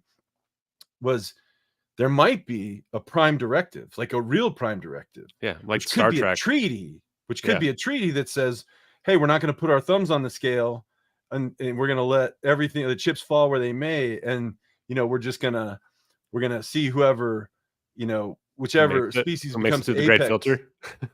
Yeah. And so we could become, and the National Ignition Facility very recently just, achieved fusion. If anti-gravity works like I think it does, then we've got interstellar travel, we've got time travel. And so we might actually be getting invited to the Federation, at some point. Galactic Federation. Are you a believer in the Galactic Federation stuff? Well, I mean, after I sort of independently figured it out in that episode, The Real Prime Directive, yeah. I mean, I think it's possible.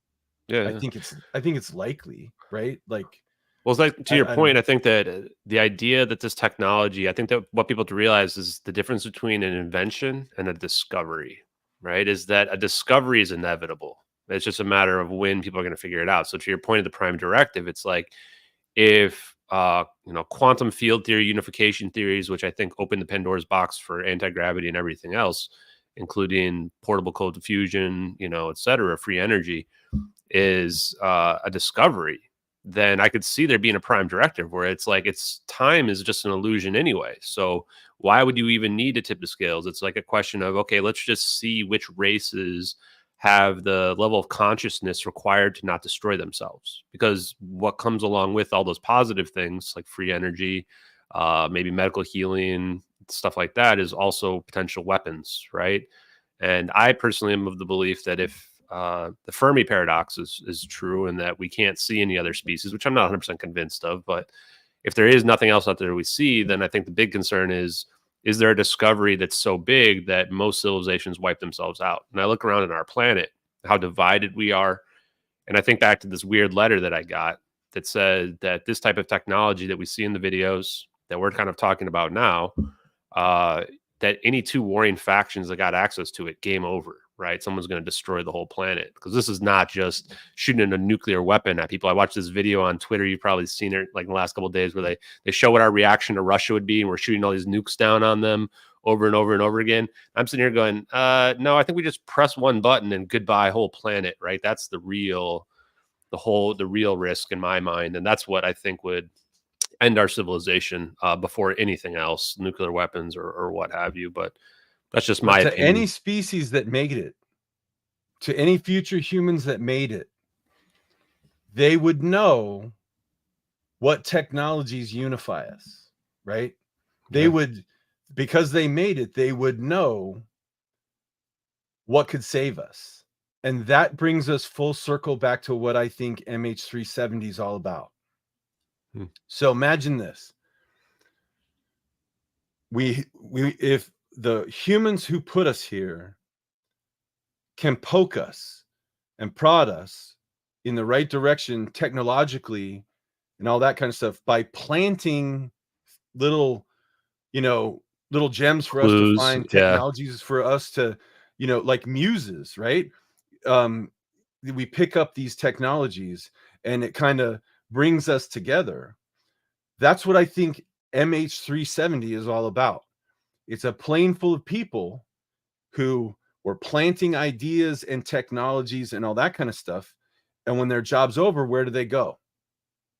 Back home. That's creepy.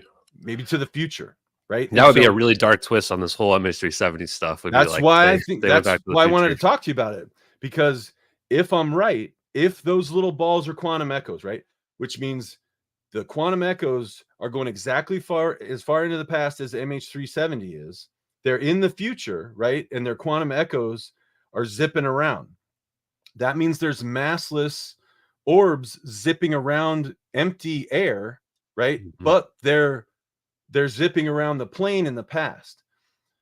So if there was a big mothership, right, that moves over and contains those three orbs inside its hold, right, and then spins up its anti-gravity, right, creates its mass hole, throws its mass into the past, if the empty space of its hold goes through the wormhole, it could scoop the whole plane as its quantum echo drops into the past. And as it passed through the hologram, because if now is the present resolution and it spins up its anti-gravity field and it goes into the past, like its mass occupies essentially a lower or a higher resolution in the past.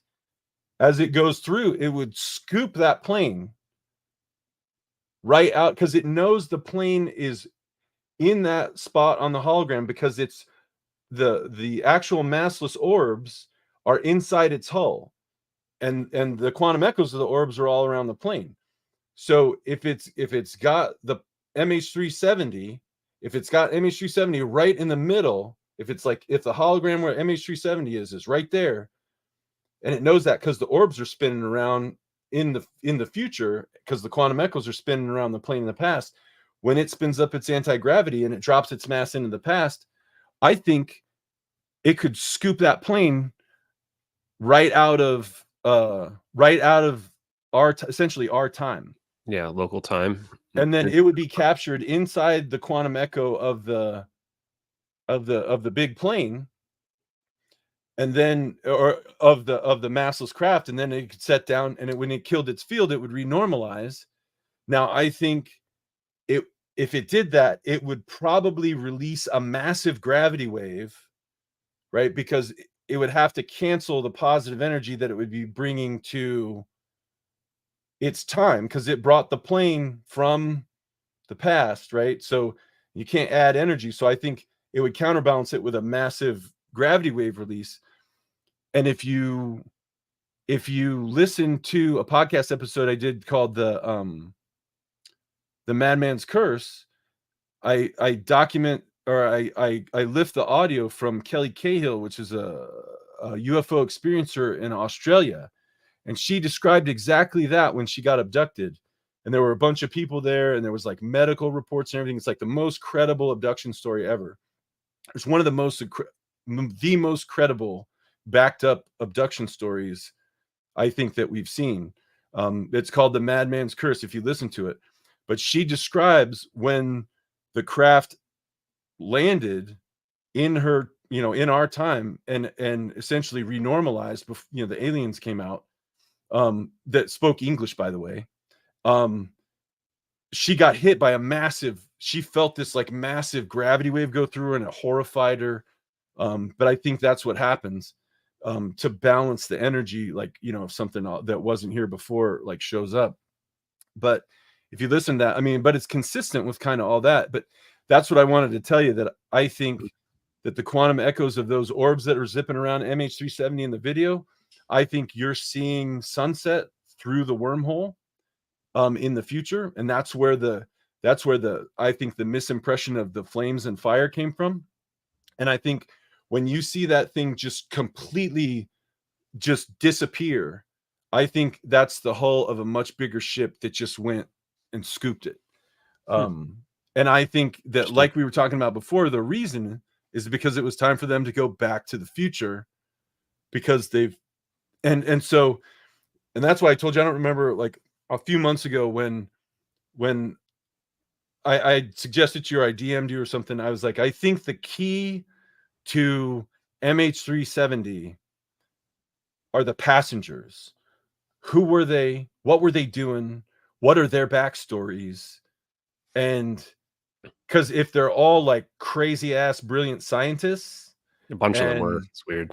Yeah. Okay, dude. I didn't know that, but I'm just saying that right now. Scale semiconductor scientists. I mean, that's the motive, 100%. Like, so 20 of them. We found out they were sitting next to each other on the plane, which is like, that should have triggered, if they got booked together by the company, that should have triggered a red flag. So that's too many people. Several of them brought their entire families with them, which is like, oh my God, are you kidding me? I know, told you. Okay, so yeah, you should read my piece. What I'm talking about.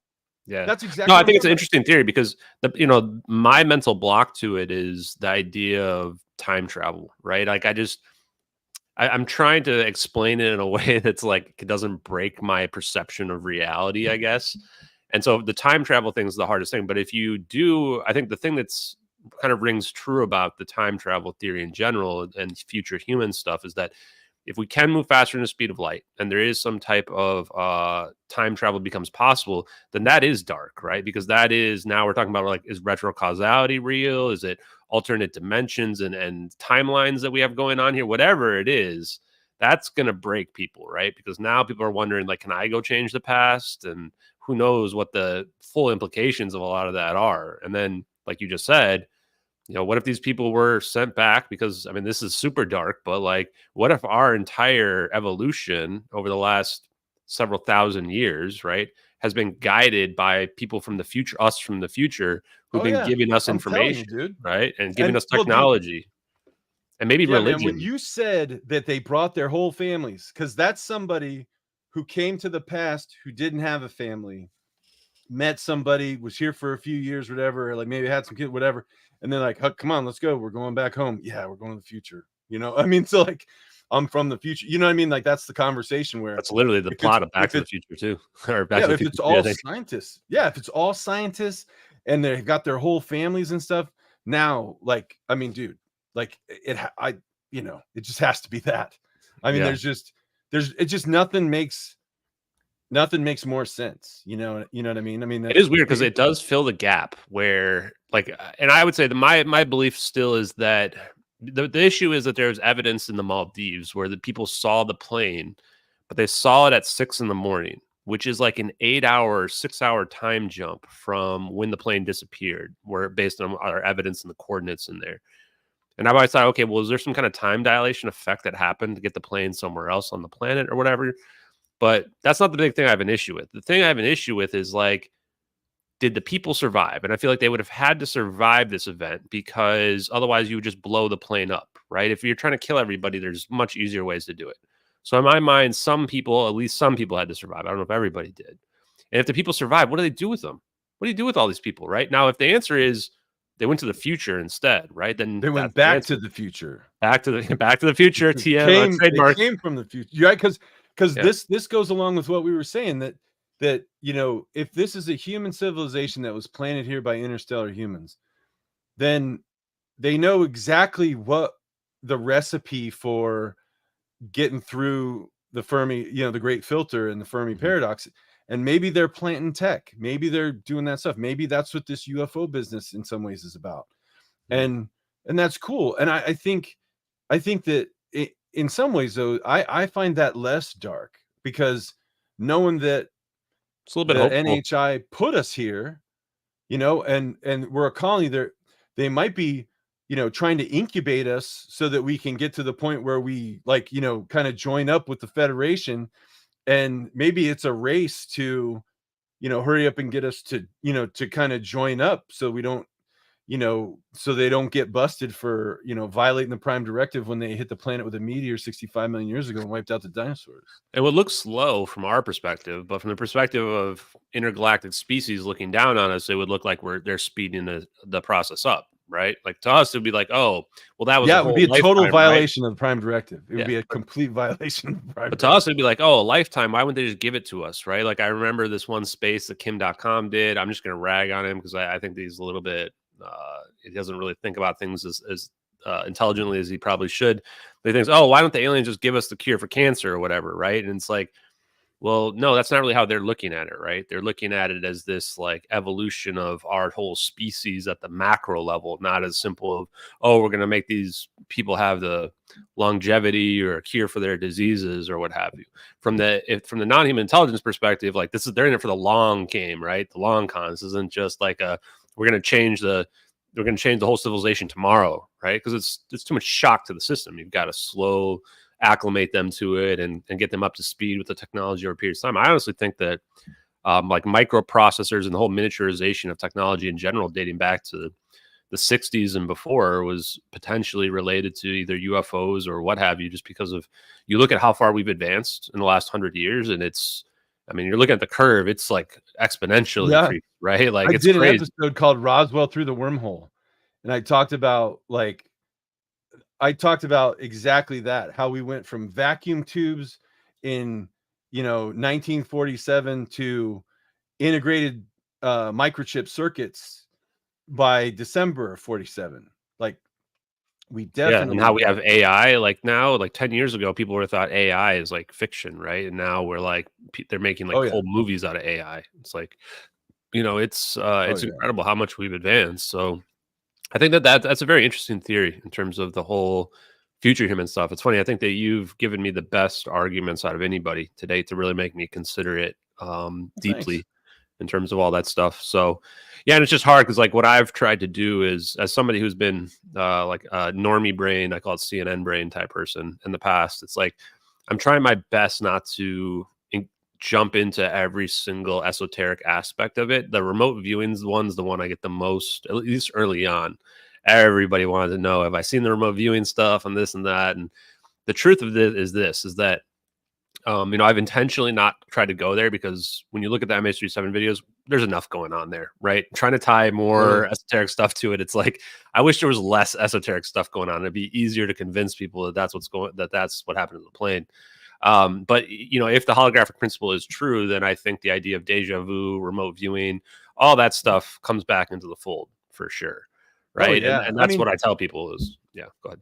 and you think about, like, there's things that I think people when you think about your brain, right? Synapses firing in your brain is your thinking, right? It's electricity, right? It's bioelectricity zipping around. Well, electricity perturbs magnetic fields, and there's a huge magnetic field going through the whole Earth. And so, really, probably, I don't know that anybody's figured out how to read it, but right now, it could be that our thoughts, our consciousness is wired to write. With our thoughts, we're writing into the magnetic field around the Earth. You know what I mean? Like, we're literally writing our thoughts into the magnetic field as we think, because it's electric synapses and there's a magnetic field and we're perturbing it. It's conceivable that you could alter your state of consciousness to go into read mode. And then you could be reading thoughts like in the magnetic field of the Earth. And if you think about it that way, it's not totally implausible. Those stories of, something terrible happened to someone I love that I'm so connected to or whatever. And, sister or whatever. And they just know that something happened, because, maybe they're extra sensitive to, those waves or whatever that were etched into the magnetic field by their sibling, or who knows. All I'm saying is that things that are woo tend to become less woo if you just think about the technology, if you just think about basic sort of fundamentals and first principles. It's things that kind of seem magic before really aren't all that, magic. And it kind of comes back to what we were talking about earlier, when, like, I think I have anti-gravity and I tried to build my 5th generation anti-gravity generator and the motor started melting, right? There's a difference between getting the theory and understanding, essentially, how airfoils work, but then being the Wright brothers and being able to build the plane. You know what I mean? Yeah, it's a It's difference two between, different like, things. yeah, and what I equate it to is the idea of, like, the theoretical physicists who are understanding the concepts versus the actual engineers who are putting it together, right? And it's funny because I've Yep. interacted with both, and the physics concepts are very elegant and have this beautiful kind of symmetry to them, right? But then it's a little dirtier when you dig into the actual engineering of it and seeing how it all plays out, And so it's kind of like trying to figure out where the line is between those things that weaves them together, And I think it's a little bit fun to figure out in general. And yeah, to the point of the magic stuff, I think that the thing I tell people is, especially the skeptics, is do you think that we're at the pinnacle of all technology right now? I think it would be extreme hubris and ego to think that we've got it all figured out right now in 2024 on this planet, especially looking at how far we've already progressed in the last 100 years. I think that if you were to give the caveman the iPhone, right? Or if you even go back to the Salem times, they're going to burn you as a witch if you show them your iPhone, right? They're going to say that's black magic, right? Because yes, like the sufficiently advanced technology is indistinguishable from magic. And when I first saw the MH370 videos, that's when I went, my first ontological shock that hit me was like, this can't be possible, right? And then you dig into it and you start looking at the science and you go, wait a minute, this does check out. And for me, I think I was already just far enough to be able to accept it, where I had looked at the double slit experiment. I had watched enough PBS Spacetime videos, right? Where I'm going like, wait a minute, there is something going on that we don't understand related to the Higgs field and non-locality, right? There's something there. The double slit experiment proves there's something magical about our universe that we don't quite understand with our current framework, right? And I wasn't really ready for how far we could possibly be advanced, because if you listen to my Investigate Earth podcast, which is the very first one I ever did, like I was actually like almost panicked because I'm sitting here talking about like there's got to be non-humans visiting us that are thousands of years more advanced, right? Because I just thought this is I think they so put us here out there. And it's funny because it kind of lines back up now with what you're saying. And then I went away from that and went more towards like, no, we could have this, but it's like the military knows and has this, and it's like 100 years or more advanced than where we would be publicly. So I do think like the truth is I don't really know what the nature of the UFO stuff and phenomenon is, but my mind is wide open at this point, right? Like I'm ready for just about any dark answer that they could throw at me, whether that's we live on some kind of prison planet, where maybe our souls are being harvested. Who knows? Maybe the Mormons are right? Or or was I it the don't know. What are they Scientologists? saying? The whichever, I forget. The Mormons, I forget, are the one where he reads the tablets. Is it the Scientologists are the ones that our thetans are being absorbed from a alien species or something like that in a volcano? I don't remember it all, but it does make me But to think the that, like, extent that there's more alien species out there, that they could all have degrees of truth. no, You know, exactly, you that's just it, right? It could yeah, be you degrees just of don't truth. know. Absolutely. And I think, like, uh, I don't know, I'm more hopeful. Like, and you mentioned earlier about, oh, about the Mandela effect and all that kind of stuff. For me, a lot of these things, like, the answer is no. Like, because I was very sort of engineering methodical when I'm like, okay, they can't have mass. Okay, what causes mass? It's the Higgs field. Okay, how do I get a hold of the Higgs field? It's the left-handed electron. You know what I mean? And how do I, deliver energy into the Higgs field? Well, I'm going to oscillate these left-handed electrons with a harmonic signal, high voltage. And it was like, so I knew exactly, or I learned exactly what I needed to know to sort of back into the anti-gravity solution. And so, just from observables and first principles, but then it was, as I marinated on this, that's when sort of the theory of everything started to emerge for me. That's when I started, oh, real prime directive. Oh, and then I started seeing, hey, look, I'm talking about graphene and hexagonal structures, and there's Tom DeLonge's To the Stars Academy UFO fragment that's nano layered bismuth, magnesium, and zinc. I'm like, okay, that totally perfectly fits what I'm talking about here, from Dr. Lawrence Eves from University of Nottingham, 2008, where he's talking about, essentially hexagonal crystal lattice is how you fill a magnetic field with left-handed electrons to create anti-gravity. Well, he didn't say create anti-gravity. That was me, but And I think there's a connection there to room temperature superconductivity, by the way, because I've been reading so many papers about it, and one of them has to do with specific lattice structures, crystal lattice structures, which will allow the electrons to flow freely without bumping into any atoms, right? And that's what zero resistance is.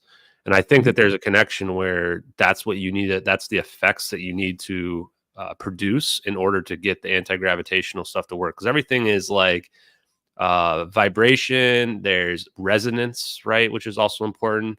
It feels like you have to either you have counter to stuff out, resonate or the you have to, electron. yeah, exactly, yeah, go ahead. So the way it works is this. So you have your magnetic field lines, you catch all your left-handed electrons in there, and resonance is like what you see. It's when the loading frequency, right, like bump bump bump bump, Yep. matches the natural frequency of the electron's vibration. And so it's like we need to build 246 gig electron volts into the Higgs field by shaking it into that electron.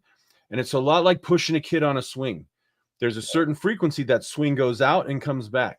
And the only way we could build that much energy is by pushing exactly when the swing comes back. It goes out, it comes back, we push again. It goes out, it comes back. And if we can time that, essentially that harmonic pulse, with the frequency of the oscillation in the magnetic field, then we can essentially jack and push that kid and like dump him out of the swing, right? Because we build up so much energy, because right when he swings back, we're pushing forward. If he was coming back in and he was like halfway in and then we pushed, we would screw it up. We would like Yeah, well, I think of it like fumble our energy. using So sound the to break a resonance, glass, right? Like where, yeah, like the to break a wine glass. resonance, yeah. So the resonance is when you match the pulse with the natural swing of that electron in that vibration. And when you can do that, when you get that resonant frequency, which is you push, it goes out, comes back, you push, it goes out, it comes. When you hit that resonant frequency, that's when you can build limitless energy into that field, into that electron, because you hit that resonance where it's coming right back and you're pushing again. It's coming right back, you're pushing again. So you have to hit a resonant frequency to do that, because we can't generate enough energy you just in one like punch. Yeah. You have You have to let it just build up. It's the same way, yeah. like, another analogy would be for people to take baths. Next time you take a bath, start rocking back and forth, right? Same thing. And you'll start to realize that like there's this resonance to it where if you get in resonance with it, like you feel less force and it starts to build up and then all of a sudden the water starts pouring over the side of the tub, right? Yeah, if you don't go in resonance. Yeah, if you don't go in resonance though, then it all falls apart, right? Where now all the waves start going everywhere else, right? You can actually 100%. literally feel it with your body and feel the resonance back and forth, right? It's pretty crazy. And that's how I think of it in terms of the small scales. Yeah, go ahead. No, totally. Yeah, so that's just it. And so the experiment for the VAG, the Voorhees anti-gravity engine, was to take mass holes and VAGs here, guys. And so, but essentially, create the magnetic field and then send a signal through the disc. And if the motor didn't melt, then what we would have been doing was playing around trying to find that frequency, trying to find a frequency where, and you take the whole thing. I take the whole thing, I put it on a scale and turn it on, and when I find that frequency, I'll know because the weight of the whole rig, it'll get lighter. Yeah. If it works like I think it is, and that's the upshot of the experiment. And I think ideas are great and all that kind of stuff, but if you can't build it, you don't have it. And a theory isn't any good unless you can test it. And so that's why, like, I kind of fearlessly will talk about how I think our consciousness is on the 2D holographic surface of a black hole, and our consciousness competes for the energy on the black hole that space-time uses to move the hologram, because I can test it.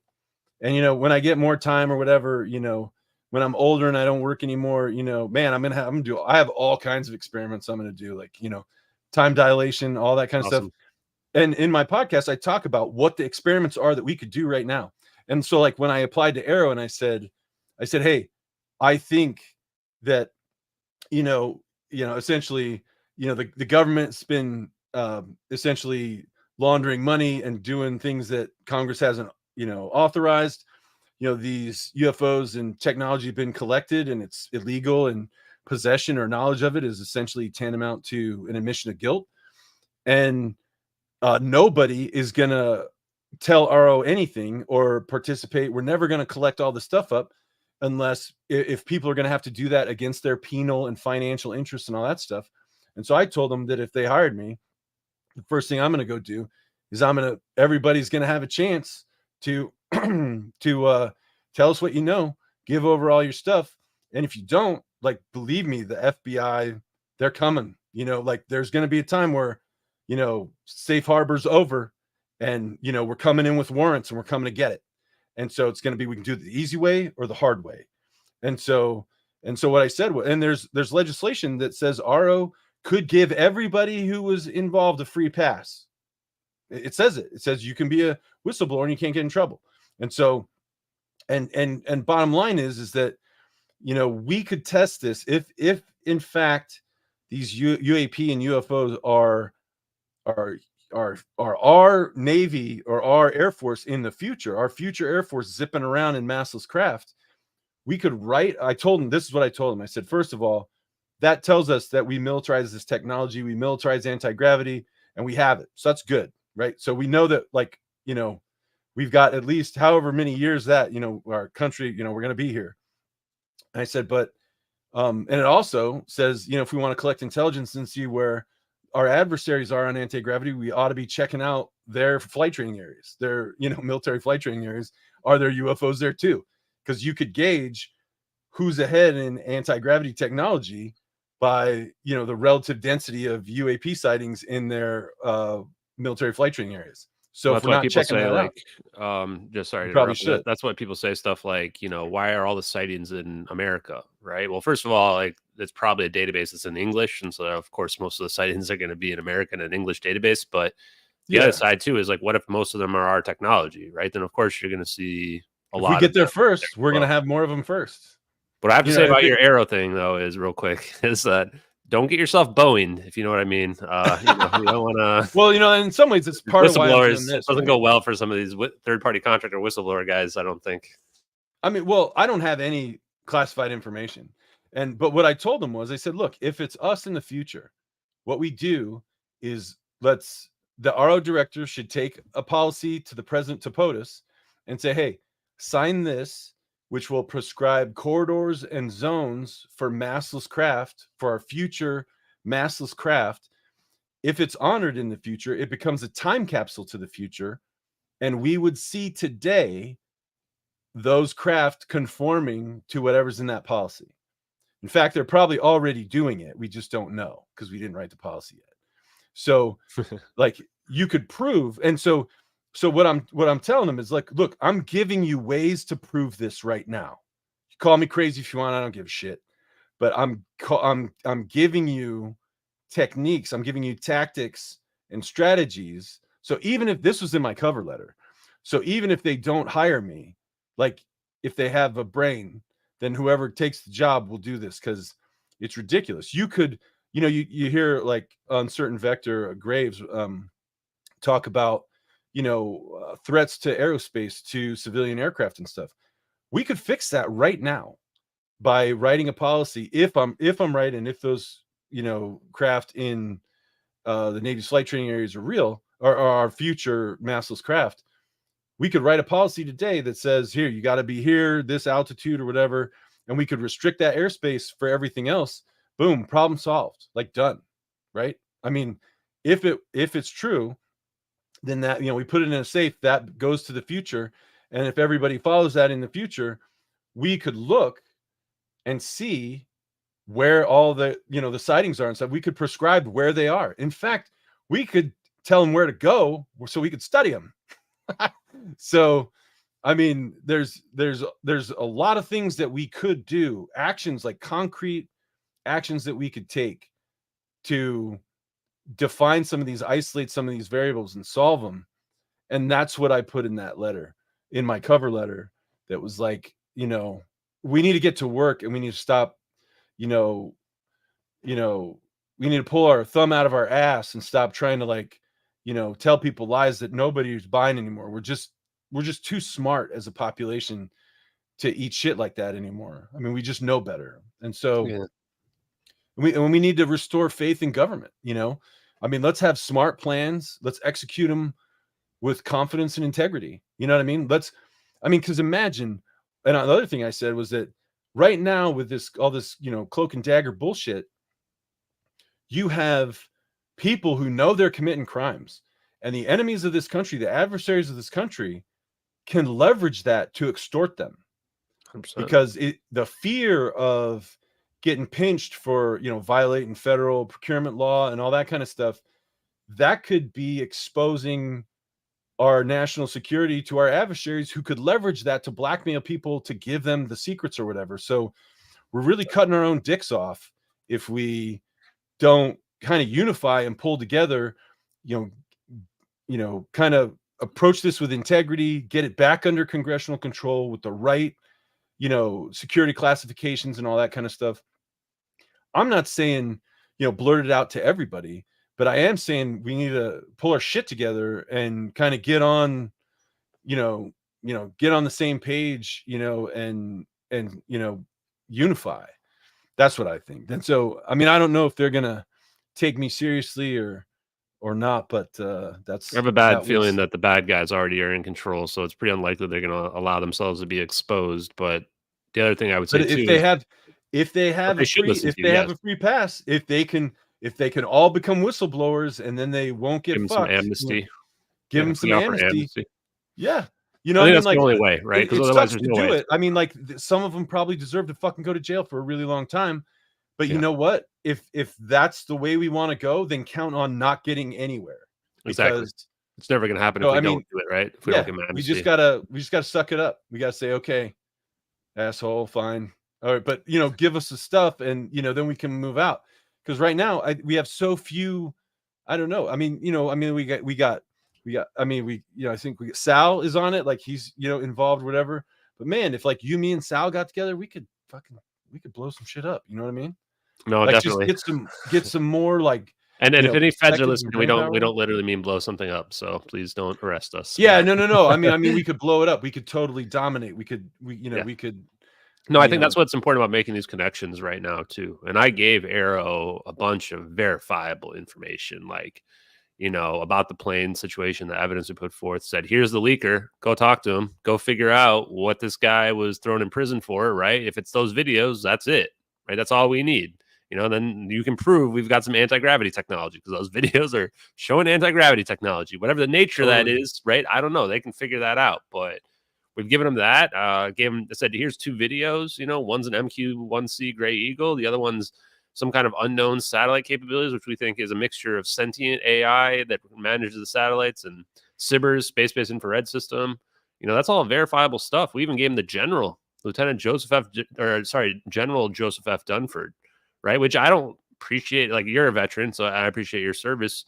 It doesn't make me proud in any way to be exposing our military and stuff like this, because I do think national defense and security is important, but this goes well beyond that, right? We're talking about technology that will change the planet here, like change the whole planet. And that's the part where I think it does borderline on crimes against humanity. But then, to your point, I did an episode called Who Watches the Watchman? And it's essentially, it lays out, because I was a JAG. And so I lay out what all the laws are, what IGs do, how they work. And I essentially map out exactly. Now, I haven't talked to Dave Grush. I'd love to talk to the guy, but essentially I called exactly what I think is in his report, the reprisal that he's talking about, what makes it a whistleblower. I talk, because some people are like, oh, he's never seen any of it or whatever.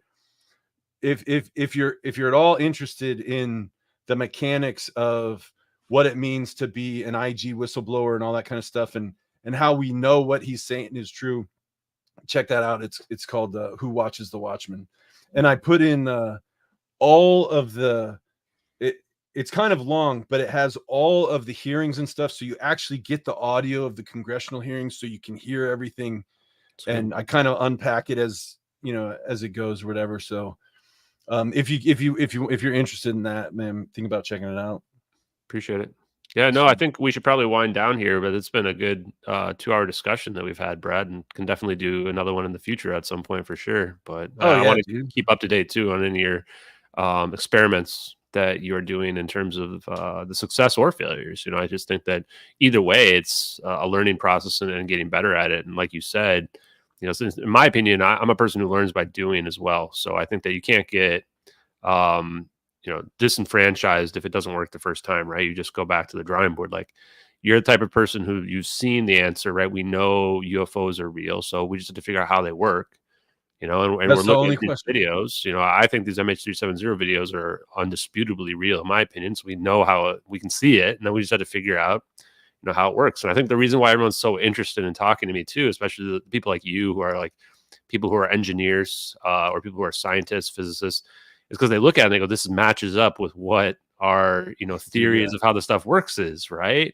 And to me, that's probably some of the most compelling evidence, part of the reason why I think they're true. Not to mention just the fact that I've had literally people like Sal and Dave come out, and Sal hasn't specifically said he thinks they're real, but he's gone about as close as you can go, right? Without potentially risking jail.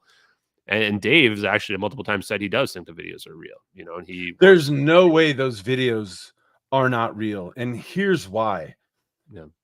In order to be an original faker, like, the Mona Lisa's there, right? Like, anybody can say, oh, I copied the Mona Lisa. That doesn't make the Mona Lisa fake. You know what I mean? Exactly. That's funny, because I use that exact analogy. But yes. Oh, really? And I use that exact analogy. I said, I can copy the Mona Lisa. People can copy it, but this is an original work, right? It's like, who made the original, right? And see, here's the thing. If you are the original faker, right? If you're the original faker, that means that you had to know exactly what the heads-up display of the Predator looked like. You had to know that you had to guess, right? Because it's fake. You had to guess that there were 3 orbs zipping around it. You had to guess the exact coordinates that would match, like, the telemetry and everything. And so already, the nerd in his mom's basement making this fake video, there's no mathematical way that's even close to possible to fake all of that technical shit. Then there's the satellite feed that matches the exact that the original faker could never know about. Yeah, they don't even know And its capabilities exist. yeah, and it's showing a different Yeah, and it's showing a different angle that totally matches the video, also has the 3 orbs, and they both go boop and disappear at the same time. How about the converging part at the end? Like, what a weird detail, and the lines that you mentioned, like, that Yeah, can explain how you could use the 0-point actually, energy propulsion. like, Yeah, yeah, like you said, with the microwave, just using as your directed, yeah, they're projection of travel, like, following that tractor there's beam, man. no I've never seen any UFO videos that show anything like that, right? The closest thing is, like, maybe Bob Lazar's explanations, but not even that. And the part where they converge at the end, where that's amplifying the energy as well, is I mean, that's who came up with this. Like Bob Greenyer literally is on the record saying, like, I didn't travel back in time, and the Alto University paper that explains these low energy nuclear reactions wasn't even available till after the plane disappeared, right? So, like later on that year. So the science wasn't even out there in the public realm to even fake the stuff. So how did they make it all accurate, right? So that's the part where it's like you could show me any number of debunks, any number of, oh, this cloud picture matches, or we found a stock effect that looks similar, and that has no weight compared to the weight Doesn't of no weight at all, because the there's no material. way for an original faker Yeah. to make up all that stuff and then have it match. I don't know when they found the satellite, but then have it match the satellite exactly. Like, And there's it's no just discrepancies. Like impossible. nobody made any mistakes on any frames or anything like that, right? It's all 100% perfect. Like when people make something, they mess up like here or there, right? And the more effort you put into something, the more time it takes. But And the yeah, and it was released contemporaneously with the with the event. So I know it's just Oh, and unthinkable. one more thing, the engineering is accurate too on the plane, the capabilities of the plane. This is the part where people rag on me for posting. Somebody on Reddit claimed to be the VFX lead artist for Top Gun Maverick, and they talked about how the hardest thing they actually had to cheat in Top Gun Maverick, which was 2022 movie, by the way, to get the speed of the plane, because when you scale it down, it's very difficult to get the accurate engineering to be realistic to what the capabilities of the plane are. And people did the math on the turn on the plane, and the turn, because you have to slow down when you turn, right? Just like you would in a car on a turn. Sure. And the plane's going at like 150, 200 miles per hour. It's basically maxing out the capabilities of a 777-200 in a circle turn, but it's also descending, and the descending part is also important. Otherwise it wouldn't be accurate to real life. So not only is this person a mathematical genius, a physicist, and an engineer that knows the science better, but they're also a mechanical engineer that knows planes well enough to get them Yeah, perfectly aeronautical accurate as engineering. well. Yeah. Like, and they have what military knowledge that nobody else knew. It's like, And this they is know why the HUD, they know exactly what the Predator heads-up display looks like. This is why the I mean, bounty was so specific, is that, like, I need the hoaxer to come forward, and not just this random guy on Twitter. I'm not even gonna say his name because it's so sad that claimed that he, like, uploaded the video to a site that didn't even exist at the time the videos were posted, but somebody has to bring the source material, right? Because I want to show me what you did to make these videos, not just like, oh, I pulled these stock effects. No, no. Show me your exact work leading up to these masterpieces that you created, right? You're not going to, oh, I threw it away because I didn't care about it anymore. I just made some two different perfect videos that show secret military classified footage, but then I decided to throw the hard drive out. Like, come on, dude. No, you'd have yeah, that, you right? For just can't. 150 grand. There's no way. There's just no way to fake all that, and then just added to the reality that no debris fields ever found. Dude, the thing vanished, and Yeah, so if the plane had been before found, it'd any, be one different story, right? But like yeah, they I literally mean, never found a plane. It's yeah, like, I mean, like it just there's just no way possible that those are faked. Just absolutely none. And so, but the crazy thing is that I just saw him for the first time, when you were posting them, and mhm. I'm like, oh, look, he's manipulating the quantum vacuum. That looks like it's a quantum echo, and it's following like a tractor beam. And you can look up, like, going back 2 years, in the all of my, essentially, the Voorhees Mass Effect, all those episodes going back 2 years, where I'm talking about how anti-gravity is achieved, how the 0-point energy propulsion works. It all matches, and that's why when I saw those, that's why I DM'd you. I'm like, hey, dude, I'd really like to talk with you and have the interview you and have the space. I feel like you've been interviewing me, but I mean, No, this has been awesome it's back and really, forth. That's the thing. When really you're a great podcaster conversation. too, you end up you can't help but ask other people questions, right? So it's like Yeah. I've gotten Well, to the I've point where I've done never so many interviewed podcasts. anybody. You're the first person Oh, really? I've ever interviewed. I don't interview. All of my episodes are all monologues. Oh, So, well, this has been an awesome conversation back and forth, Brad. I've yeah, really it's been a enjoyed good it. time. So let's, yeah, we should definitely do something else in the future. We'll plan something out. Maybe we can do like a little panel discussion about either similar topic or something else. I just think, um, I like the way you think about stuff where you definitely have an open mind and a very scientific background on everything. Thanks, man. Um, Same. and so, it's fun to have a free flow conversation like this. I've had a great time tonight. Yeah, me too. Thanks a lot. And thanks everybody for watching. Yeah, do you wanna plug anything? I mean, I know that you're technically the host, but I'm gonna post this on No, I'm dude, actually go been ahead. live streaming this. No, tell everybody what what you're No, into, or I want you to plug something, but okay, I'll plug something first. So I'll do mine. Yeah, you guys wanna follow me, it's at JustXAshton on Twitter or on YouTube. Also the Hard Truths podcast. A lot of the stuff Brad's been talking about here, you can hear on the Hard Truths podcast with Salvatore Pius, Bob Grenier, Dave Rossi. I had Timothy Aberino on, which he's a super smart guy, awesome to talk to. Roy D. Herbert.